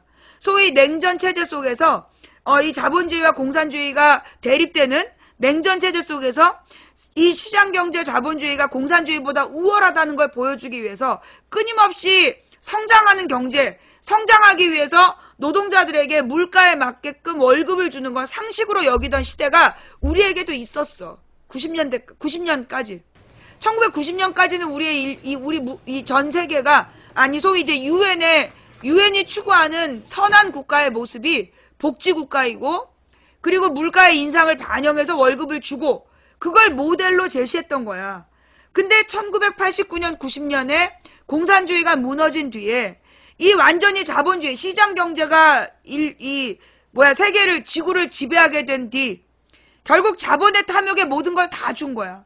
자본의 탐욕의 자유만 보장이 되고, 인간의 자유는 보장되지 않는, 모든 인간의 자유가 아니라, 그 독점 자본, 아주 소수의 자본가들의 자유만 보장되는 신자유주의 시대가 됐고, 그들의 탐욕이 결국 다시 몇 년 만에, 27년 만에 멸망의 모습으로 가고 있는 거예요. 다시 한 세대를 지낸 이 자본주의가, 신자유주의가 이제 다시 이 탐욕으로 무너져 내리는 거야. 탐욕으로 무너져 내리는 이 사인이 푸틴이고 트럼프이고 김정은, 아베, 두테르테, 그리고 걔 누구니? 에르도안, 그리고 이 프랑스의 극우파, 영국의 극우파, 이런 사람들이 결국은 뭐냐면 신자유주의로 인해서 망해가는 그 탐욕의 마지막의 모습이야. 그러니까 아니 어떻게 전 세계가 공통적으로 이러냐고. 이 아줌마 아직도 음모론 펼치고 있네. 아니 음모는 네 빤스 속에 있어. 빤스나 들여다봐. 그러니까 아니 지금 딱 세상을 보면요, 진짜 이게 말세의 징후잖아. 그죠? 말세의 징후야. 정말 트럼프, 그 다음에 푸틴, 아베, 김정은, 박근혜, 그 두테르테, 에르도안, 프랑스, 영국의 극우파들, 이런 사람들을 보면 아니 어떻게 이렇게 세계가 다 이러냐고. 프랑스의 무슨 어쩌고 있잖아. 배총리. 이탈리아에도 배총리. 그죠? 이렇게 뭐라 그러나, 유엔의 정신을 만들었던 유럽이 극우화되고, 미국도 극우화되고, 일본도 극우화되고, 사실 근데 보면요, 유럽의 다수가 정상인이야. 유럽의 다수가 정상인인데, 미국에도 트럼프를 찍은 사람보다 힐러리를 지지한 사람이 더 많았잖아. 근데 다수의 상식적인 시민들의 의사가 반영되지 않고, 이상하게 좀 미친놈들의 의견이 주도하는 세상이 돼버리는 거야. 어이가 없죠. 그죠? 예, 이탈리아가 좀 바뀌긴 바뀌었는데, 이탈리아 정치도 나아지진 않았어요. 예, 아줌마는 한 달 월급이 얼마요? 월급은 사장님한테 받는 건데, 내가 누구한테 월급을 받겠니? 아프리카의 파트너 BJ라 28,700원 받아. 됐어? 예. 지금 스웨덴도 극우파. 심각해, 지금. 스웨덴만이 아니야. 지금, 스페인도 옛날에 오랫동안 그 독재자가 있었잖아요? 예. 독일에도 히틀러라는 독재자가 있었고, 그 다음에 프랑스의 드골도 독재자였어. 그 다음에 영국의 대처도 독재자였고. 그러니까 이제 뭐라 그러나, 인간들이, 내가 이제 요즘에 그런 얘기 많이 했잖아. 우리 인간의 본성은 뭐다? 우리 인간의 본성은 찌질함이다. 그런 얘기 했죠. 우리 모든 인간은 찌질해. 나나 여러분이나 다 찌질해. 여기서 찌질하다는 얘기는 뭐냐? 나약하다는 거야. 너무너무 나약해갖고 겁이 많아.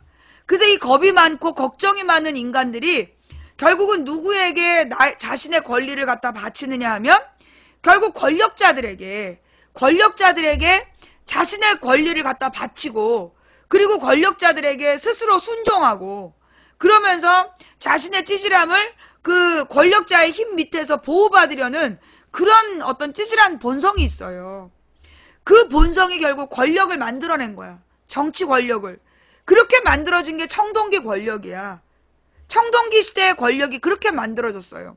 그 이전에 구석기, 신석기 때 권력이라기보다 그 당시에는 부족장, 예, 씨족장, 부족장, 씨족 시대에는 거의 대부분 엄마 중심으로, 그러니까는 혈육 중심으로 살았고, 부족이 되면 소위 조계혼이라 그래갖고 족외혼. 그래서 같은 시족들끼리 살다가 한마디 핏줄이 같은 사람들끼리 살다가 같은 핏줄끼리 결혼을 하니까 자꾸만 이게 유전적으로 안 좋은 유전자가 나와가지고 인류가 멸종하게 되는 거야. 그래서 족외혼이라는 걸 하게 된 거야. 자연적인 깨달음으로. 그래서 우리 시족이 아닌 다른 시족하고 결혼을 하는 게 족외혼이야.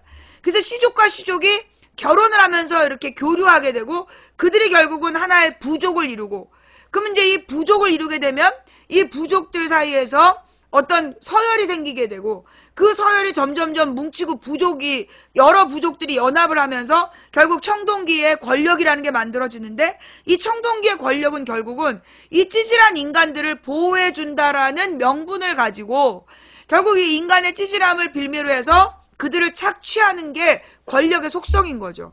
그렇게 만들어진 권력들이 처음에는 다 보호를 해줘. 예. 처음에는 그래도 사람들을 이렇게 보호해줘. 그러다가 점점 시간이 지나면 이 권력들이 보호하는 그 의무를 망각하고 착취에만 집중하게 되죠. 그러면 그 권력이 망하는 거야. 모든 권력이 그랬어. 인류의 역사를 한번 찾아봐요. 세계사를 다 공부해보면 처음에 이 권력이 처음에 나왔을 땐 정말 새끈해. 예. 그리스가 멸망하고 로마가 만들어질 때 굉장히 이 그리스가 멸망하는데 가장 결정적이었던 게 저기잖아. 알렉산더가 온 지중해하고 그냥 여기를 쑥대밭을 만들면서 이 그리스의 문화가 한바탕 다 꺾인다고. 그리고 나서 이제 성장하는 게 로마 권력이잖아. 그 로마 권력이 처음에 나타났을 때는 굉장히 대우를 받았어. 멋있었어. 그러면서 이 로마 권력의 장점도 있었고. 근데 이제 그들이 점점점 시간이 지나가면서 자부심을 이제 한 5세기경이 됐을 때는 뭐 부패가 말로 다 할 수 없는 지경에 이르게 되고 결국은 그 부패한 권력은 망하게 되는 거죠. 그리고 나서 교황이 나타나가지고 천년을 지배하고 그들이 또 망하는 거야. 그죠?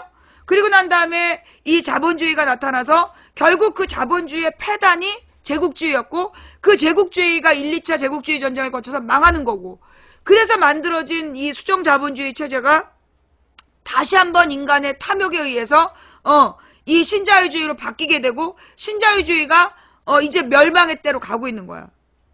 그죠? 그래서 이게 인간의 이 역사의 흐름을 우리가 볼 줄 알아야 된다. 그래서 우리 인간이 제일 먼저 알아야 될 게 역사예요. 왜 박근혜가 대통령이 되자 이명박이 대통령이 돼서 제일 먼저 한 짓이 뭔지 알아요? 이명박이 대통령이 돼서 제일 먼저 한 짓이 뉴라이트 교과서 만드는 거였어. 기억나죠? 예. 뉴라이트 교과서를 제일 먼저 만들어. 그 다음에 박근혜가 대통령이 돼갖고 한 짓이 뭐냐면 그 또한 국정교과서를 만드는 게 목적이었어. 그러니까 박근혜가 대통령이 됐을 때부터 제일 먼저 추진한 게 국정교과서야. 교학서 교과서 쓰라고 강요하고 막 이러면서. 그죠? 그래서 그 다음에 이명박과 박근혜가 일관되게 했던 게 두 번째 중요한 얘기 나왔어. 미디어법이야. 예. 이명박과 박근혜가 두 가지에 집중했어요. 첫 번째가 역사교육을 무너뜨리고 두 번째가 언론을 장악하는 거. 그죠? 지금 이명박 박근혜가 10년 동안 주구장창 한 짓이 뭐냐면 역사교육을 무너뜨리고 그리고 언론을 장악하는 거. 두 가지야. 미디어법, 그 다음에 이 역사교육. 공통점이죠.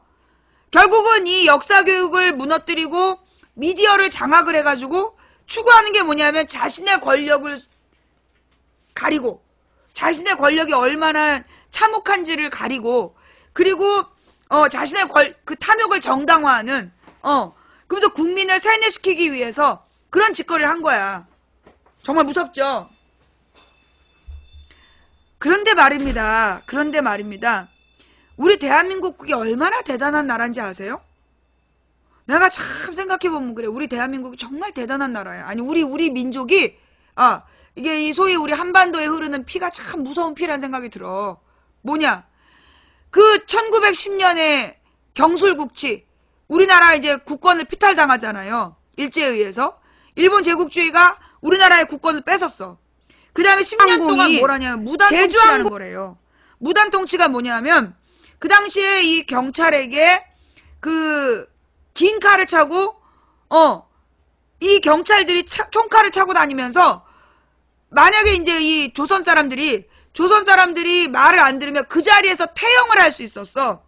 그 자리에서 직결 처분으로 막 두들겨 패면서, 그 조선 사람들은 3일에 한 번씩 패줘야 된다. 그래서 나온 게 3일안이야. 조선 놈들이랑 조생징하고 명태는 3일에 한 번씩 패줘야 된다. 그 얘기를 따라서 하는 거야. 그 일베 애들이. 그게 이제 친일파 애들이 하는 말이잖아. 그래서 그게 나중에 바뀌어갖고 여자랑 명태는 3일에 한 번씩 패야 된다. 그게 일본 문화의 잔재야. 그래가지고 이제 이 조선 사람들을 이렇게 두들겨 패는 그런 짓을 했단 말이야. 그래갖고 뭘 노린 거냐면 기를 죽이려고. 조선 것들의 기를 죽여야 된다. 기를 꺾어야 된다. 그래갖고 두들겨 팬 거예요. 예. 조선 사람들 그렇게 두들겨 팬 거야. 그러면 이게 10년 동안 그런 일을 당한다면 국민들이 어떻게 됐을까요? 거기에 순응해가지고 겁을 먹어야 되잖아. 그러니까 일본은 실제로 이 일본 사람들은 권력에 대해서 맞서는 사람들이 많지 않아. 일본은 우리처럼 막 100만 명이 모여서 데모하고 그런 거 안 해. 지난번에 한번 2만 명인가 모였다고 엄청 모인 거라 했어. 우리 뻑한 100만 모이잖아. 근데 일본은 그렇게 안 보여. 일본은 굉장히 권력에 순응적이야. 이유가 뭐냐? 일본은 옛날부터 뭐였어? 사무라이 문화. 그 사무라이 문화가 뭐냐? 굉장히 멋있는 것처럼 그 미화를 해서 그렇지 실제로 그냥 죽이는 거야. 무조건 싸워서 죽이는 게 사무라이 문화야. 사무라이 건법은 뒤로 물러나는 것도 없다며. 앞으로만 가는 거야. 막 찍고 가다 죽는 거야. 그렇게 무식한 문화를 갖고 있었던 일본이라서 일본은 말 안 들으면 다 죽이는 거야. 예. 그러다 보니까 그 일본의 사무라이들이 너무나 잔혹하게 지배했기 때문에 일본 사람들은 그 권력에 맞서는 게 불가능했던 거야. 그게 일본과 우리의 차이가 있는 거야. 가미까지하고 다른 거야. 일본과 우리의 차이가 있는 거야. 뭐냐? 우리 조선은 우리나라 조선 전에 고려가 있었죠. 고려 전에 그 신라가 있었고, 그죠? 이 신라, 고려, 조선 우리의 문화를 가만히 살펴보면 우리 문화에는 뭐가 있었냐? 가령 고려 시대 때 유행했던 문학 작품 속에 뭐가 나와? 자유연애가 나오잖아. 고려 시대 때 나오는 소위 남녀 상열지사라고 조선에 들어와서 못 보게 했지만 그 조선 시대 문화가 굉장히 개방적이었다. 그런 얘기 들어봤죠. 그리고 이 고려 시대 때 고려의 이 무력이 고려의 전투력이 송나라를 보호해주고 있었어. 그러니까 이제 이 금나라라든가 맨 처음에 요나라, 금나라, 원나라 이런 나라들이 고려가 무서워가지고 송나라를 못 먹었던 거야. 그만큼 우리 고려가 뛰어난 능력을 갖고 있었어. 거기다 이 고려가 외적이 쳐들어오면 이제 거란족이 쳐들어오잖아. 거란족이 쳐들어와갖고 너네 왜 내 말 안 들어? 막 이러면서 그러니까 서희가 살살 꼬셔갖고 나도 너네랑 놀고 싶지. 근데 저 여진족 새끼들이 계속 우리 땅을 넘보고 그냥 우리가 여진족 때문에 너무나 골치가 아프다. 그냥 거란족이 그럼 어떻게 하면 되는데? 그러니까 여진족이 너네랑 우리를 가로막고 있는 압록강 일대를 우리한테 이렇게 딱 줘봐. 그럼 우리가 거기를 우리 땅이다라고 해놓고 여진족이 못 오게 하면 우리가 얼마나 압록강을 건너다니면서 자유롭게 왕래를 하겠냐니까 거란족이 그래 알았어. 그래가지고 그때 서희한테 압록강을 준 거야. 압록강 일대를. 그래서 고려가 원래 청천강까지 있다가 압록강까지 넓어지는 게 그게 그렇게 외교적인 그 화술로 거란족을 살살 꼬셔갖고 그걸 얻어낸 땅이라고. 그게 우리 고려의 그 멋있는 문화들 아니야. 이 고려가요, 그 거란족이 쳐들어오고, 그 다음에 여진족이 쳐들어오고, 몽고족이 쳐들어오고, 계속해서 외적의 침입을 받으면서도 이 문화를 발전시켰던 게 이 고려야. 그리고 이 고려에 그렇게 과학기술이 발달한 거 아니야. 고려의 과학기술이 발달해서 그 고려의 과학기술 뭐가 남았는데? 팔만대장경이 아직도 남아있잖아요. 그죠? 이 팔만대장경을 만들어서 그걸 아직까지도 가지고 있는 나라잖아, 우리나라가. 그죠? 그리고 그 고려의 과학기술이 소위 세종대왕의 과학기술로 세종대왕 때 집대성이 돼서 남아있는 거고. 그 다음, 이 조선 600년은 우리가 늘 얘기하지만 조선은 왕의 나라다? 아니다. 그런 얘기 많이 했잖아. 조선은 왕의 나라가 아니었어요. 왕이 혼자서 막 독점하는 그런 왕의 절대 권력이 보장된 나라가 아니었어. 조선은 철저히 법치국가였고, 그리고 그 법치국가이고 상생의 나라였고, 화합을 하지 않으면 운영되지 않는 그런 이 조선의 시스템이 있었던 거야. 그런 나라인 조선과 그 다음에 이 칼잡이들에게 언제 죽을지 몰라가지고 가만히 엎드려 있던 일본하고는 차이가 있었던 거죠. 근데 일본 애들은 지네가 그렇게 칼잡이들 앞에서 또 쫄았던 것 때문에 아마 이 조센징, 무식한 조센징들도 지네들의 칼 앞에, 총칼 앞에 엎드릴 거라고 생각하고 처음에 디립다 두들겨 팬 거야. 그래서 어떻게 됐어요? 1919년 3.1운동이 벌어지죠. 이 무식한 일본 놈들이, 무식한 일본 제국주의자들이 총칼로 10년을 두들겨 패면 조선 것들이 말을 들을 줄 알았어, 조센징이. 근데 그게 아니야. 10년 만에 딱 태극기 딱 꺼내들고 대한독립 만세를 외친 거야. 그래가지고 이 대한독립 만세를 막 총칼로 옆에서 막았어. 그래서 금방 끝났냐? 3월 2일 날 끝났냐? 그게 아니라 3.1 운동이 언제까지 갔어요? 1년이 가, 1년. 1년 동안 3.1 운동이 벌어지면서 이게 막 유럽으로도 전파되고 그 다음에 미국으로도 전파되고. 근데 이제 이 3.1 운동을 보고 누가 깜짝 놀래냐? 중국 사람들이 깜짝 놀래. 중국 사람들이 깜짝 놀래갖고 어머 씨발 저 조그만 나라에서 저렇게 들고 일어나는데 우리는 뭐 했냐? 이래가지고 소위 천안문 앞에서 중국의 선비 학생들이 모여가지고 오사운동을 일으키는 거야. 그래서 이제 이 중국의 군벌들을 무찌르는, 일본하고 중국이, 이제 중국의 원세계 뭐 이런 일당들하고 맞서 싸우는 오사운동이 벌어진 게 우리 1919년 3.1 운동의 결과예요. 영향이었어. 그 다음에 그 전 세계에서 가장 인구가 많은 두 나라가 중국하고 인도잖아. 그래서 중국을 깨운 게 우리 3.1 운동이었어. 그 다음에 또 하나, 일본이 원래 인도죠. 인도가 영국의 식민지였단 말이야. 영국의 식민지였던 인도가 소위 독립운동을 하게 되는 게 누구냐? 간디야. 근데 그 간디와 네루가 친구인데, 간디가 이 민족들을 모아냈고, 민족 정신을 모아냈고, 그걸 네루가 받아서 인도 독립운동을 진행하게 되는데, 그 간디가, 스스로를 반성하게 됐던 게 한국의 3.1 운동이었던 거야, 조선에. 이 조선 사람들이 오로지 비폭력 평화 선언 운동을 하는 거야. 대한독립 만세라고 선언을 하는 거야. 우리를 독립시켜 달라가 아니야. 대한독립 만세! 우리는 독립했다! 외치는 거야. 선포하는 거야.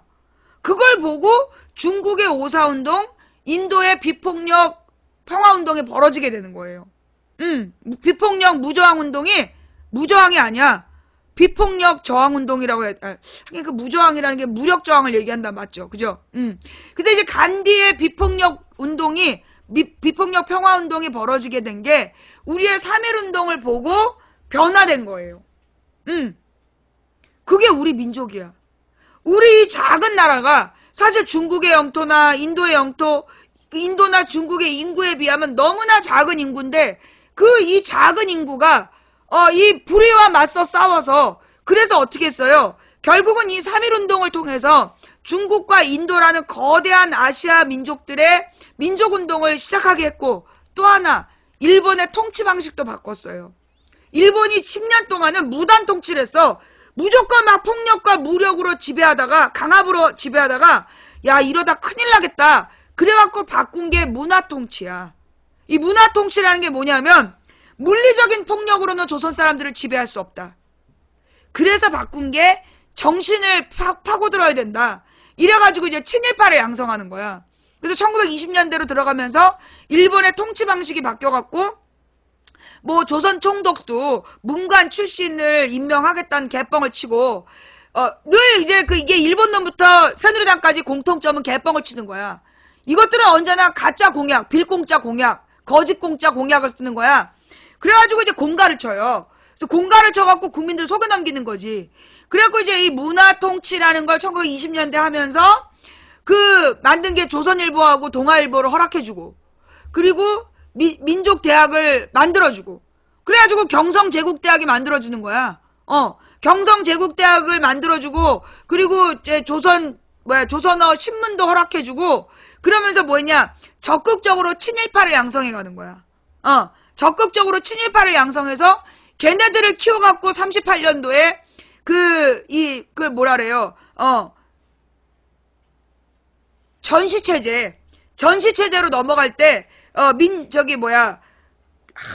1938년 체제를 부르는 말이 있는데, 전체주의 시도를 하면서 고 친일파들을 이용하는 거야. 그래갖고 42년부터 민족 말살 정책을 피고, 예. 이제 그런 식으로, 신탁은 나중에 얘기고, 창씨 개명이라든가 이런 게 40년도에 나온 민족 말살 정책. 그래서 병참기지화. 똑똑해요, 탄사님. 38년부터 일제가 조선을 병참기지화 정책으로 바꿔. 그리고 이제 그때부터 다시 군대식으로 나라를 바꾸는 거야. 그래서 전쟁을 준비하는 그 기관으로, 이 체제로 바꾸는 거야. 그래가지고 이제 막 군수 공장을 짓고, 군수물자 공장들을 짓고, 그리고 막 물산을 차출하고, 막 뺏어가는 거죠. 그래가지고 막 국그릇 다 뺏어가고, 비녀 뭐 이런 거 다 뺏어가는 게 이제 병참 기지화 정책으로 그런 짓거리를 하는 거야. 그리고 나서, 이게 조선 것들이 자기네들이 전쟁을 할 때 들고 일하면 안 되잖아. 그래서 조선 사람들을 어떻게 하는 거야? 찍어 누르기 위해서 민족 말살 정책을 펴. 그 민족 말살 정책이 뭐냐? 조선 말을 금지하고, 두 번째로 조선 역사 교육을 금지하고, 세 번째로 조선의 지리 교육을 금지하는 거야. 그래서 조선의 말, 조선의 역사, 조선의 지리를 가르치질 못하게 하는 거예요. 그리고 이제 식민지 백성으로서 단순 노동만 가르치는 거야. 지금 우리나라 이과처럼 단순 노동만 가르치는 거야. 역사 교육을 못하게 하고, 사고력을 키우지 못하게 하고. 그게 민족 말살 정책이야. 그게 42년부터 지금까지, 1942년부터 지금까지 요 우민화 정책이 계속되고 있는 거예요. 이 일본의 이 친일파들에 의해서. 그러니까 친일파가 아니라 일본놈 앞잡이들이겠죠? 일본의 앞잡이들 때문에 우리나라가 이제 지금까지 이런 고생을 겪어왔는데, 그럼에도 불구하고 우리는 100년을 저항한 거야. 이제 2년 뒤면 3.1운동 100주년이 되잖아요. 그죠? 2019년이면 3.1운동 100주년이야.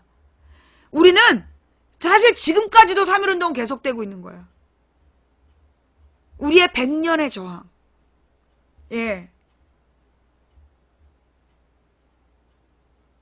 정말 멋있는 민족 아니에요?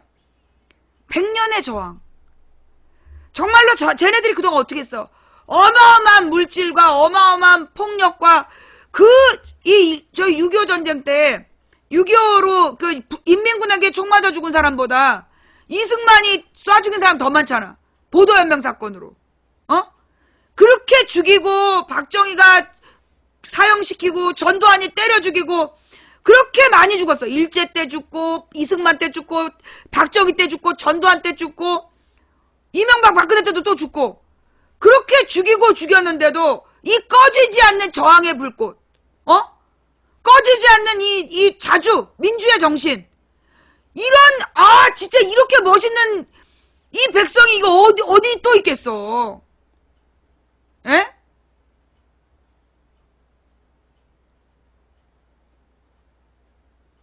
그렇게 끊임없이 그들은 100년을 죽였어.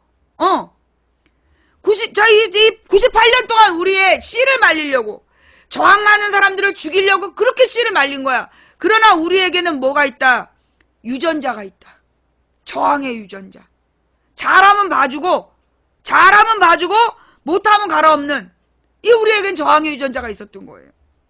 그래서 우리의 이 자랑스러운 역사가 유지되고 있는 거다. 그러니 여러분, 절망하지 마세요.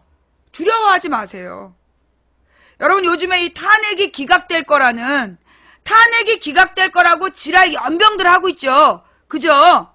난리도 아니야. 그러면서 이제 이 우리들의 마음속에 스멀스멀 불안감이 엄습해 오잖아. 왜 쟤네들은 늘 북한을 팔까? 언제나 쟤네들은 권력을 북한을 팔아서 유지했어. 진짜 종북은 쟤네라니까? 북한이 없으면 권력 유지가 안 돼.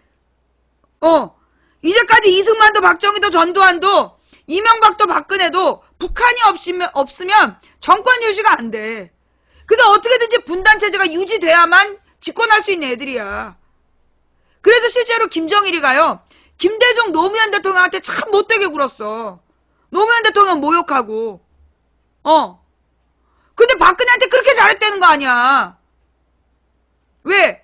그 김정일 아버지 김일성이가 북한에서 완전히 이제 권력을 1인 독재 체제를 만든 게 1970년이야. 그리고 박정희가 1인 독재 체제를 만든 게 1972년에 집권을 이제 1960년에 61년에 5.16 쿠데타를 일으킨 다음에 10년 동안은 경제를 개발했어. 그러다 이제 이 72년부터 얘네들이 이제 변질되기 시작하는 거야. 그래서 그 70년부터 얘네들이 1인 독재 체제를 약속을 하고, 그래서 72년도에 7.4 남북 공동성명을 발표를 하고, 그리고 나서 북한은 사회주의 헌법이라는 걸 가지고 1인 독재 체제를 구축해.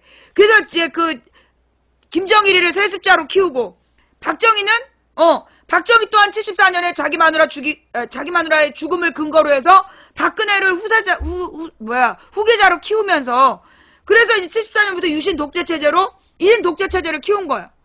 그런데 북한은 김일성을 못 죽였고, 우리는 누구를 죽이고 박정희를 죽여가지고 그나마 자유민주주의를 되찾았고, 그런데 자유민주주의를 되찾았는데 다시 전두환이가 나타나가지고 그 8년 동안을 또 지배했지만, 그렇게 되면 여러분 생각해봐요. 우리 촛불 며칠 들었어? 한 110일 정도 들으니까 지쳐가지고 언제까지 싸워야 되나요? 이러잖아. 근데 이제 이승만 13년, 박정희 18년, 전두환 8년 얼마나 지치겠어. 이거 웬만한 사람이면요. 아니 그 전에 일제 36년에 혼란 격변기 3년에 이승만 13년, 박정희 18년, 전두환 8년 합치면, 이게 합치면 이게 한 75년 동안을 그런 개고생을 한 거야. 그렇게 그 정도 되면요, 웬만한 사람들은 말도 있고 정신도 있고 순응하게 돼 있어. 그런데 그때 일으킨 게 뭐야? 87년 60항쟁. 그때 일으킨 게 87년 60항쟁이야. 일제가 물러갔는데도 계속된 이승만 독재. 이승만은 물론 무찔렀는데 박정희 독재. 박정희를 죽였는데 전두환 독재. 그 무수한 독재를 겪으면서도 이 정도면 기가 죽을 줄 알았는데 또 일어났어. 그래서 87년 민주화 운동을 한 게 바로 우리 국민이야. 우리 유권, 우리 시민들이야. 와, 이런 사람들이 어딨냐고. 그랬던 우리가 이제 이 27년, 이게 30년 만에 되찾아온 이 11월 기적. 이때 전 세계를 깜짝 놀라게, 전 세계를 어떻게 깜짝 놀라게 했어? 세상에 1000만 명이 모여가지고 시위를 하는데, 1000만 명이 모여서 시위를 하는데 물리적 폭력이 없어. 5천만 국민 중에 1000만 명이 나와서 집회를 했는데 폭력이 없어. 쓰레기 하나가 없어. 예.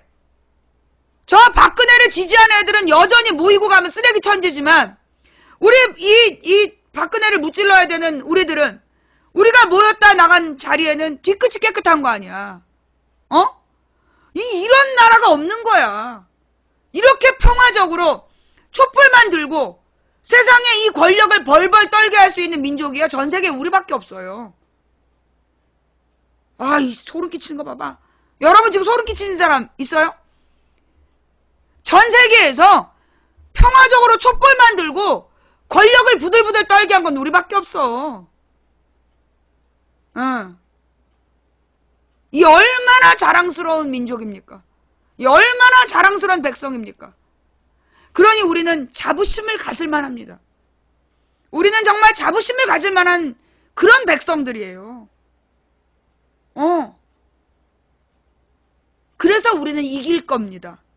내가 선포하는데, 내가 오늘 2월 15일에 선포하는데 박근혜를 반드시 우리는 끌어내릴 겁니다. 박근혜 탄핵 될 겁니다. 걱정하지 마세요. 박근혜 탄핵 될 겁니다. 왜요? 어떻게 하면요?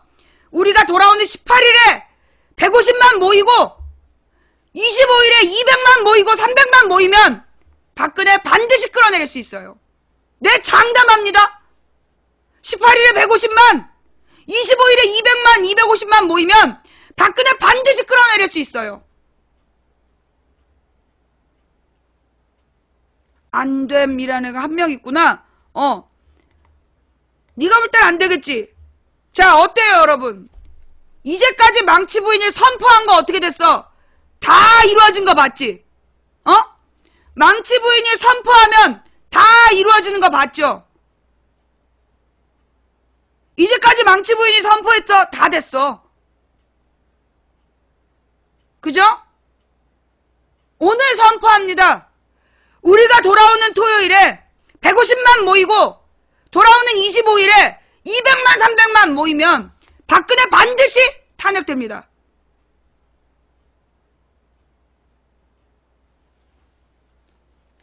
내 말이 아니야, 이게. 내 말이 아니야.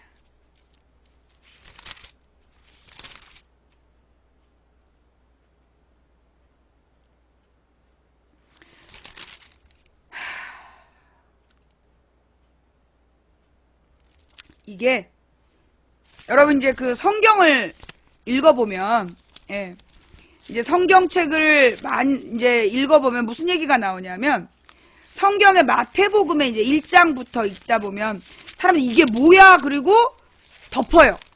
예. 왜냐하면 이제 마태복음 1장에 뭐가 나오냐면 아브라함의 후손이며 다윗의 후손인 예수 그리스도의 족보입니다. 이러면서 모르는 이름의 족보가 나와. 그러면 그때 딱 덮게 되거든요. 근데 여러분이 마태복음에 나온 족보의 비밀 모르시죠? 이 족보가 구약 성경의 요약이야. 이 족보가 구약 성경의 요약이에요. 그게 첫 번째고, 두 번째는 이 족보에는 놀라운 비밀이 있어요. 어떤 비밀이냐? 저기 뭐라 그러나, 이 이야기 속에 나오는, 이게 이제 다 남자들의 역사야. 족보가. 근데 마태복음 1장에 나오는 족보에 여자가 몇 명 등장을 해. 예. 여자가 몇 명 등장하는데, 이 여자들마다 사연이 있어. 무슨 얘기냐? 가령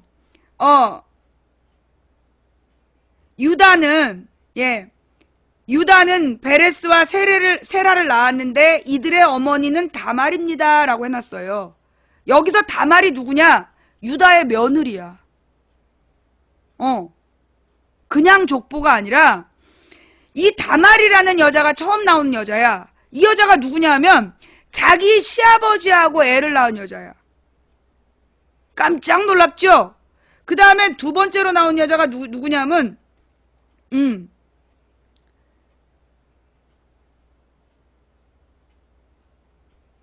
보아스의 어머니 라합이 있고, 예. 이제 이 보아스의 어머니 라합은 또 누구냐? 이 라합이 누구냐 하면요.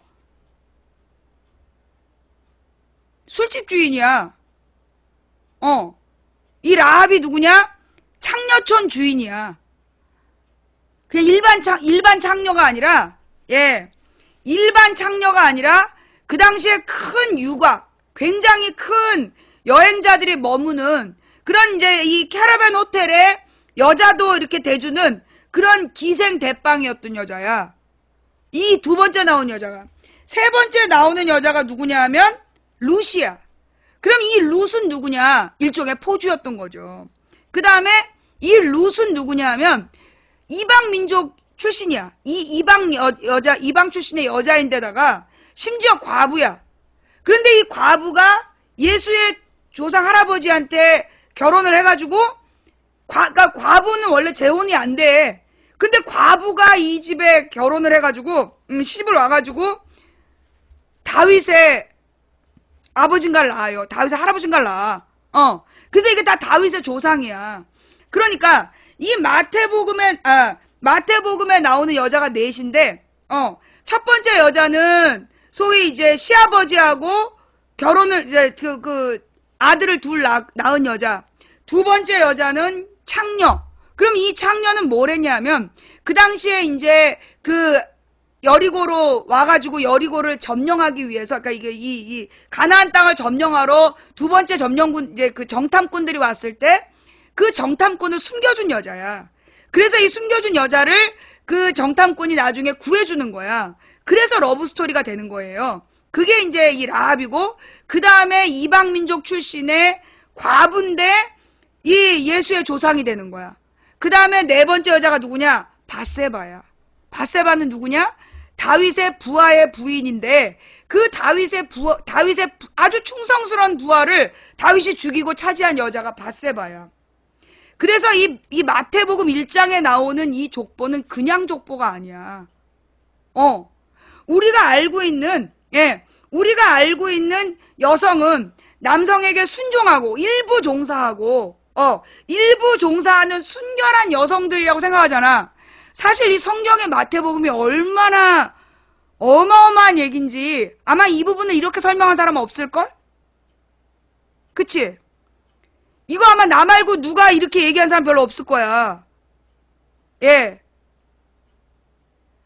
이게 우리가 알고 있는 성경의 순결한 여자들, 성경에 나오는 여자들은 모두가 정숙하고 순결하고 일부 종사한 여자들일 거라고 생각했잖아. 그런데 마태복음에 나오는 여자들은 그렇지 않았어. 이 맨 처음에 다말은 유다라는 아버지의 아들하고 결혼해서 살았는데 자식이 없이 죽어. 그래서 자기 시아버지를 창녀로 꾸미고 가서 시아버지를 유혹해가지고 애를 낳아. 라합은 심지어 포주였어. 기생들의 대빵. 그 다음에 이 룻은 이방 여인이었는데 이방 여인이면서 또 과부이기까지 한 그런 여자였고, 그 다음에 밧세바는 자기 남편이 있는데 남편이 살아있는데 다윗이랑 분가분가 불륜을 저지른 불륜녀야. 이 얘기를 교회들은 강조하지 않아. 교회에서 이런 얘기들을 강조하지 않았어. 근데 난 이런 생각이 들어요. 왜 이 마태복음 1장에 이런 여성들의 이야기가 나올까? 그리고 예수의 어머니인 마리아도 약혼자 요셉의 아이를 낳은 게 아니야. 그러니까는 이 예수의 어머니 마리아가 요셉이라는 목수하고 약혼한 상태였는데 요셉이 마리아랑 동침하지 않았는데 마리아에게 아기가 생긴 거야. 그 생긴 아들이 예수예요. 그러니 이 마태복음에 나타나 있는 그 이야기는요, 사실은 굉장히 진보적인 얘기야. 엄청난 혼전 임신녀야. 예수의 어머니가. 혼전 임신을 했고, 심지어 아버지가 누군지 아버지가 요셉이 아니야. 그냥 이렇게 속도 위반이 아니야. 그래서 요셉이 그 마리아가 임신했다는 얘기를 알고 그냥 조용히 헤어지려고 그랬는데, 하나님이 헤어지지 못하게 해. 그래서 예수님을 낳을 때까지 동침하지 않고 예수를 낳게 되는 거예요. 마태복음에 보면 남자의 역사들 속에 여자들이 4명이 나오는데 이런 여자들이 나온다는 얘기야. 예. 진보라기는 좀, 그치? 이해가 어렵죠? 그래요. 이게 아무나 그게 보이는 게 아니야. 시간이 좀 지난 다음에 봐봐. 자, 그 다음에 중요한 얘기는 뭐냐? 여기 마리아의 기도예요. 마리아가 자기가 이제 임신을 했어. 근데 이제 이 임신이 그 천사가 와갖고 네가 임신을 할 거다. 그리고 네가 낳은 아들이 구세주가 될 거다. 그 얘기를 듣고 이 여자가 얼마나 기가 막혔겠어. 그래가지고 이제 그 친척을 찾아가요. 친척을 찾아갔는데 친척이 누구냐면 세례 요한의 엄마야. 세례 요한의 엄마를 찾아가서 내가 이런 얘기를 들었다. 그러니까 세례 요한의 엄마가 축복을 해. 네가 들어오니까 내 뱃속에 아기가 뛰놀더라. 그러면서 세례 요한 엄마하고 예수의 엄마가 둘이 부둥켜 안고 이제 울고 난 다음에 기도를 하는데 뭐라고 기도를 하느냐? 잘 들어요. 내 영혼이 주님을 찬양합니다. 내 영혼이 나의 구주 하나님을 기뻐합니다. 그것은 주님께서 이 여종의 비천함을 돌아보셨기 때문입니다. 이제부터는 모든 세대가 나를 복되다 할 것입니다. 뭔가 슬픈 일을 겪었던 것 같아. 그것은 전능하신 분이 내게 이 큰 일을 행하셨기 때문입니다. 이 큰 일은 처녀가 잉태하여 구세주를 낳는 일. 주님의 이름은 거룩합니다. 그 뒤에 집중해봐. 내가 이거 너무 중요해서 얼릴게요. 주님의 자비하심은 하나님을 두려워하는 자에게 대대로 있을 것입니다. 주님의 자비는 하나님을 두려워하는 사람, 여기서 두려워한다는 건 경외한다는 뜻이야. 하나님을 두렵게 여기고 하나님이 보고 계시다라고 생각해서 스스로 당당하게 죄 지는 게 아니라 죄를 지으면 잘못했다고 회개하고 엎드려서 다시 같은 죄를 짓지 않겠다고 하는 게 하나님을 경외하는 거야. 그런 사람들에게 하나님의 자비하심이 있다. 주님은 강한 팔로 권능을 행하시고 마음이 교만한 자를 흩으셨습니다. 교만한 자를 무찌르신다는 얘기야. 하나님은 왕들을 왕자로부터 끌어내리시고, 내가 이때 아멘을 외쳤잖아. 하나님은 왕들을 왕좌로부터 끌어내리시고 박근혜 탄핵된다는 얘기야. 그리고 낮고 천한 사람들을 높이셨습니다. 평등하신 분이죠. 가장 낮은 자들을 높이시고 왕들을 끌어내리는, 그게 하나님의 원칙이다.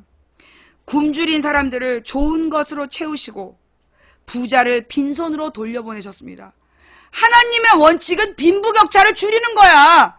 이게 누구의 기도? 마리아의 기도야. 예.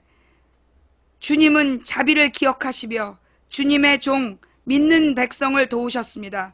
우리 조상들에게 말씀하신 대로 그 자손들을 영원히 도우실 것입니다. 이게 예수님의 어머니의 기도예요. 어디 나오냐면 누가복음 1장 46절부터 56절까지인데요. 그 중에 나는 여기서 이 마리아의 진보적인 의식을 봐. 우리는 이제 이 기독교가 바울의 이야기를 하면서 바울의 모든 권력은 하나님께서 세운 권력이니까 순종하라고 가르쳐. 로마서에. 그래서 그 기독교 철학은 권력에 순종하는 철학이라고 잘못된 가르침을 갖고 있어요. 그런데 이 예수님하고 마리아의 생각을 보면 전혀 그렇지 않아. 여기 마리아가 뭐라고 얘기했어? 주님은 강한 팔로 권능을 행하시면서 마음이 교만한 자를 해치우시고 왕들을 왕자에서 끌어내리고 낮고 천한 자들을 높이시며 굶주린 자들을 좋은 것으로 먹이시고 부자를 빈손으로 돌려보내시는 분이 예수님, 하나님이시다. 이게 마리아의 기도야. 그러니까 예수님이 똑같이 그렇게 얘기하잖아. 부자 청년에게 네가 가진 걸 다 팔아서 가난한 자들에게 나눠주고 나를 따라와라.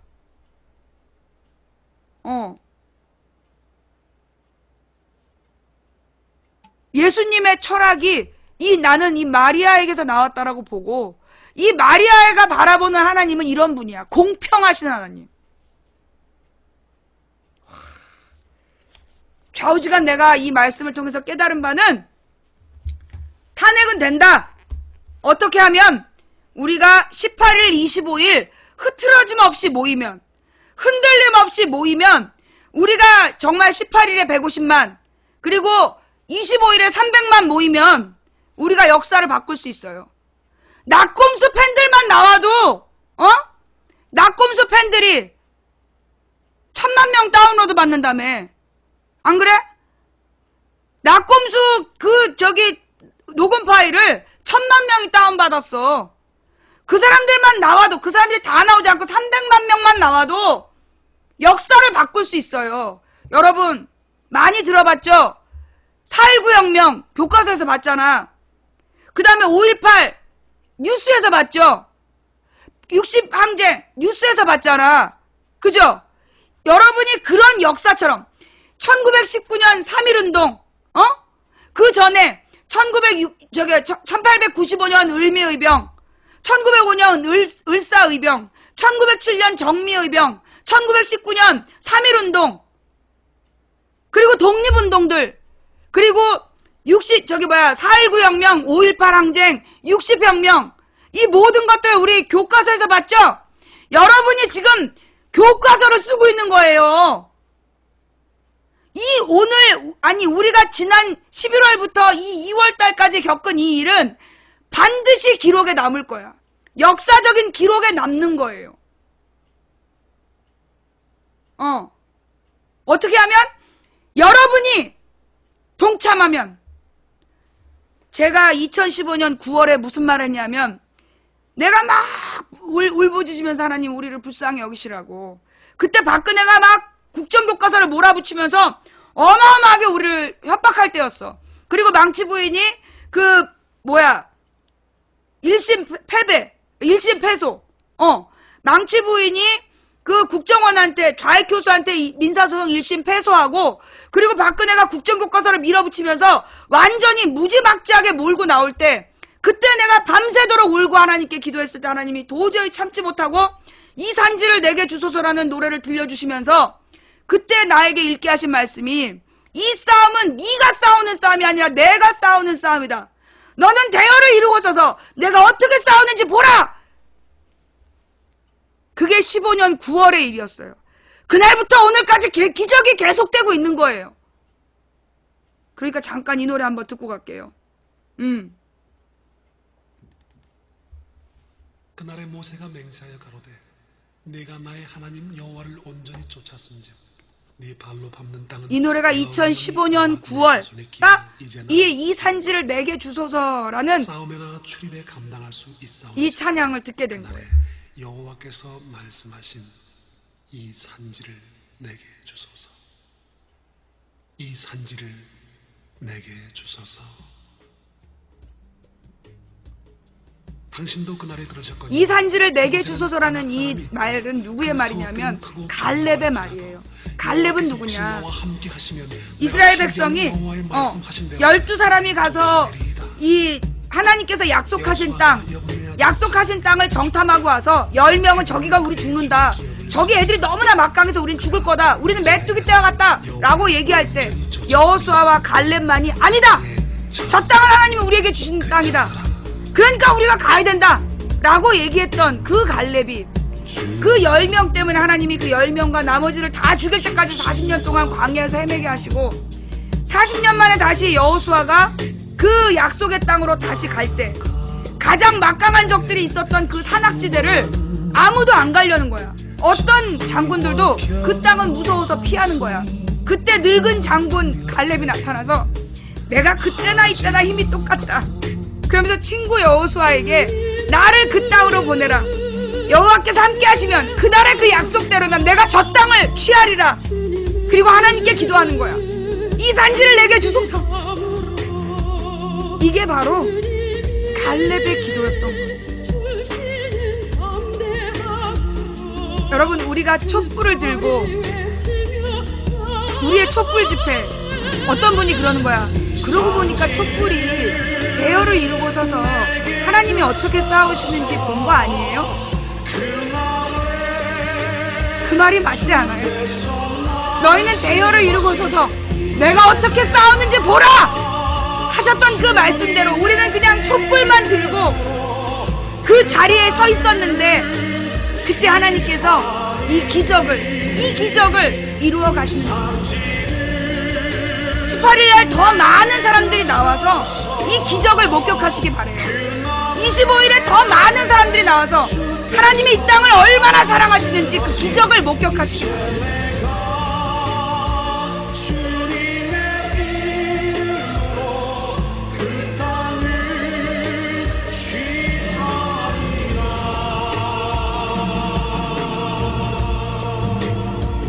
오늘 선포하니까 적어두세요. 망치 부인이 2월 15일에 선포했다. 박근혜 탄핵 반드시 된다. 그리고 우리는 새로운 대한민국을 앞으로 몇 년에 걸쳐서 세워나갈 거다. 그게 쉽게 끝나지 않아요. 여러분, 우리가 왜 1960년 4.19 혁명을 일으킨 다음에 박정희 같은 꼴통한테 나라를 뺏긴지 아세요? 우리가 금방 접었기 때문이에요. 우리가 그때 정신 차렸더라면 지난 50년을 이 고생을 안 해도 됐어요. 지난 57년 동안 우리가 왜 이 개고생을 했겠어요?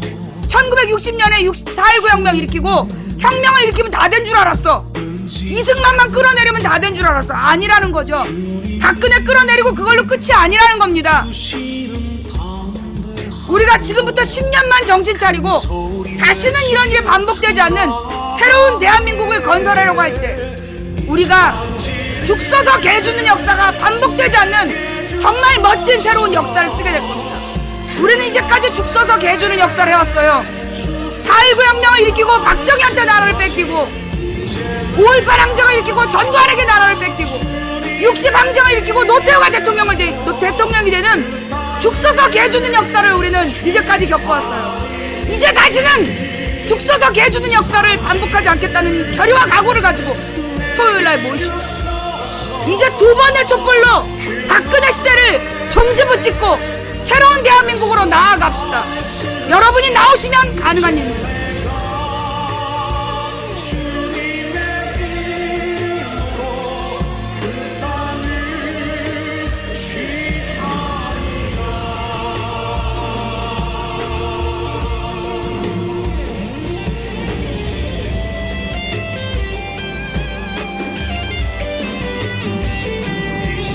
대한민국은 민주공화국입니다. 대한민국의 모든 권력은 국민으로부터 나옵니다. 대통령도, 국회의원도, 헌법재판소도 국민의 허락이 없이는 어떤 권력도 대리 행사할 수 없습니다. 헌법재판소의 주인도 국민이고 청와대의 주인도 국민입니다. 국회의원들에게 표를 주는 것도 국민입니다. 우리가 이 땅 역사의 주인입니다. 잊지 마십시오. 사장이 한 번 사장이면 이 기업을 끝까지 책임져야지. 한 번 사인하고 끝이면 되겠습니까? 박근혜 끌어내린다고 끝이 아닙니다. 우리가 끊임없이 새로운 직원들을, 더 좋은 직원들을 뽑아내면서 이 기업이 잘 되도록 끝까지 책임집시다.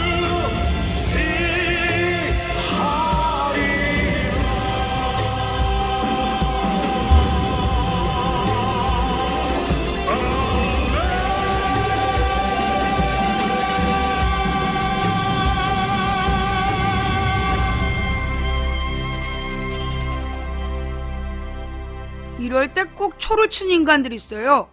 망치 부인이 대통령 출마해주세요. 내가 뭐라 그랬어?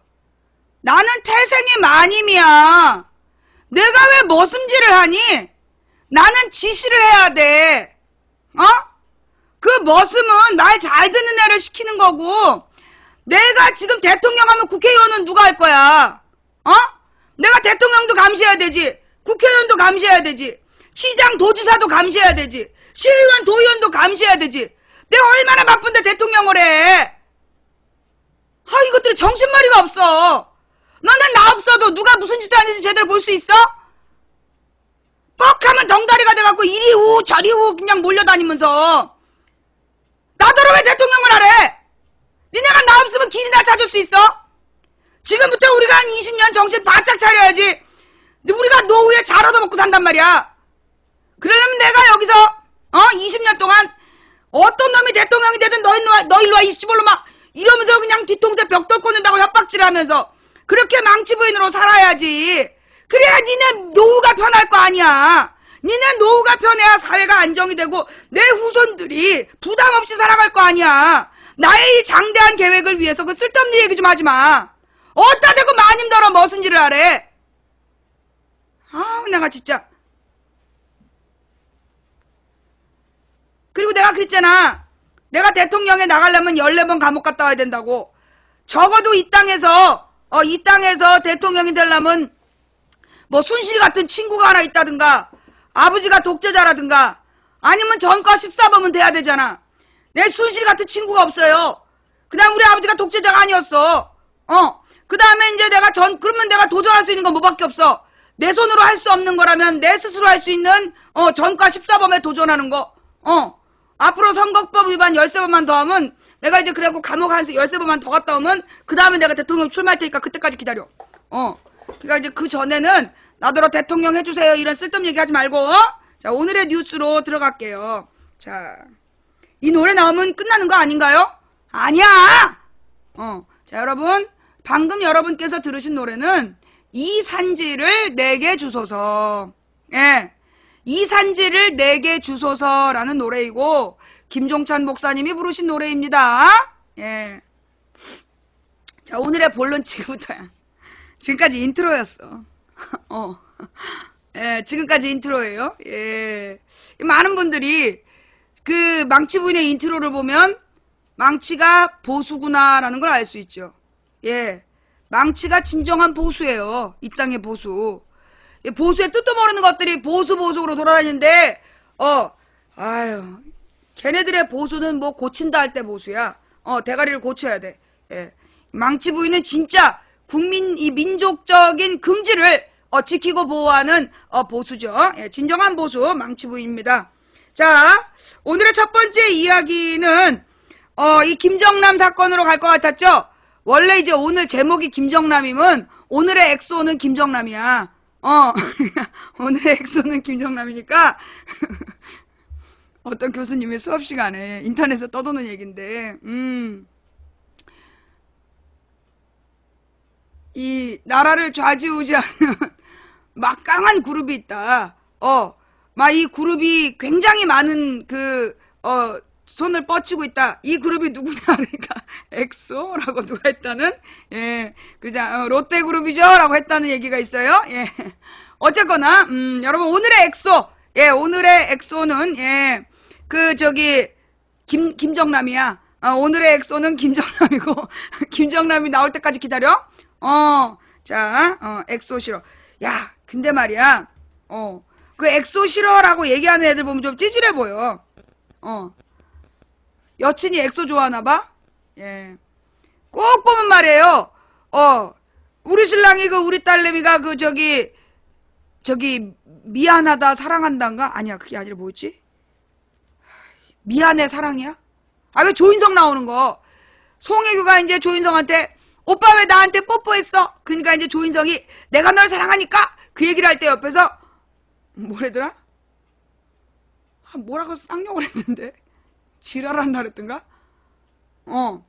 뭐라고 쌍욕을 하면서, 그 겨울 바람이 분다였어? 미안해요. 예. 하여튼 거기서 뭐라고 쌍욕을 하면서 얘기를 하고, 그 다음에 어떤 드라마에서 남자 주인공이 여자 주인공한테 이렇게 탁 벤치에 앉아있는 여자 주인공한테 딱 키스를 하는 장면이야. 근데 우리 신랑이 옆에서 저런 거 성추행이라 그래. 저런 거 성추행이야. 저거 고소해야 돼, 고소. 네. 옆에서 그러고 앉아있더라고요. 네. 그리고 이제 우리 딸이 좋아하는 모든 남자 가수들은 천하의 나쁜 놈들이고, 그리고 이제 가끔씩 자다가 잠꼬대를 해. 야, 이 나쁜 놈아! 우리 딸이 결혼하나봐. 예. 우리 딸이 늘 그래. 도대체 그 나쁜 놈이 누군지 소개 좀 해달라고.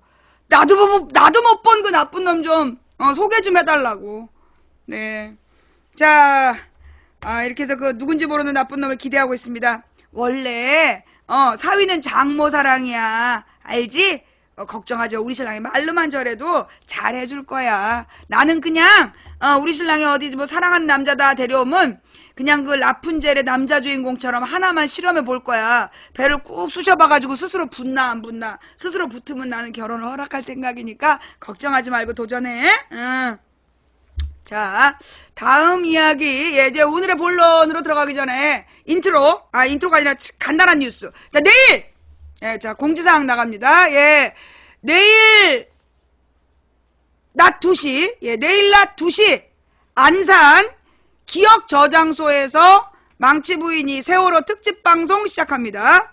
그리고 내일 3시부터 기억 저장소에서, 기억 교실에서, 예, 그러니까 내일 2시가 안산에 있는 기억 저장소, 내일 3시가, 안산교육청에 있는 기억 교실, 예. 그래서 망치 부인을 보러 오실 분들 다, 가족들, 아이들 데리고 오셔도 됩니다. 예. 아이들 데리고 오셔도 되니까, 걱정하지 말고 오시고요. 예, 주차 공간은 좀 넉넉한 것 같더라고요. 그래서, 예, 기억 저장소하고 기억 교실. 먼저 기억 저장소, 그 다음에 기억 교실이니까, 2시쯤에 결합하실 수 있으면 기억 저장소로 오시고, 3시쯤에 결합하실 수 있으면 기억 교실로 오시면 됩니다. 예. 자, 그리고 절대 망치 부인한테 고소장 받았다고 찾아오면 안 돼요. 그러면 추가 고소 들어갑니다. 예. 협박죄 이래갖고 추가 고소 들어가니까 찾아오지 마시고 그냥 검찰과 더불어서 법적 절차를 밟으시거나 아니면 저의 법률 대리인하고 전화하세요. 나한테 절대 찾아오지도 연락하지도 마. 그럼 나 추가 고소 들어가요. 예. 자, 그 다음에 이제 오늘의 뉴스. 가장 먼 이야기부터 하자면, 예. 오늘의 뭐 그냥 재밌는, 요거 맨 마지막으로 하자. 예. 제주항공에서, 어제 저녁도 나왔는데 얘기가 길어질까봐 못한 뉴스야. 제주항공인가가 그 무슨 대기업 재벌이 운영하는 거죠.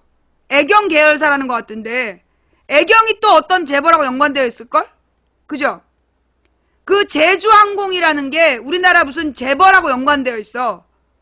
애경하고 또 같은 무슨 사돈기업 있어요. 찾아봐봐. 애경 사돈이 뭔지. 예. 그 애경하고 이제 이게 다 재벌들이 다 지분을 공유하고 있잖아.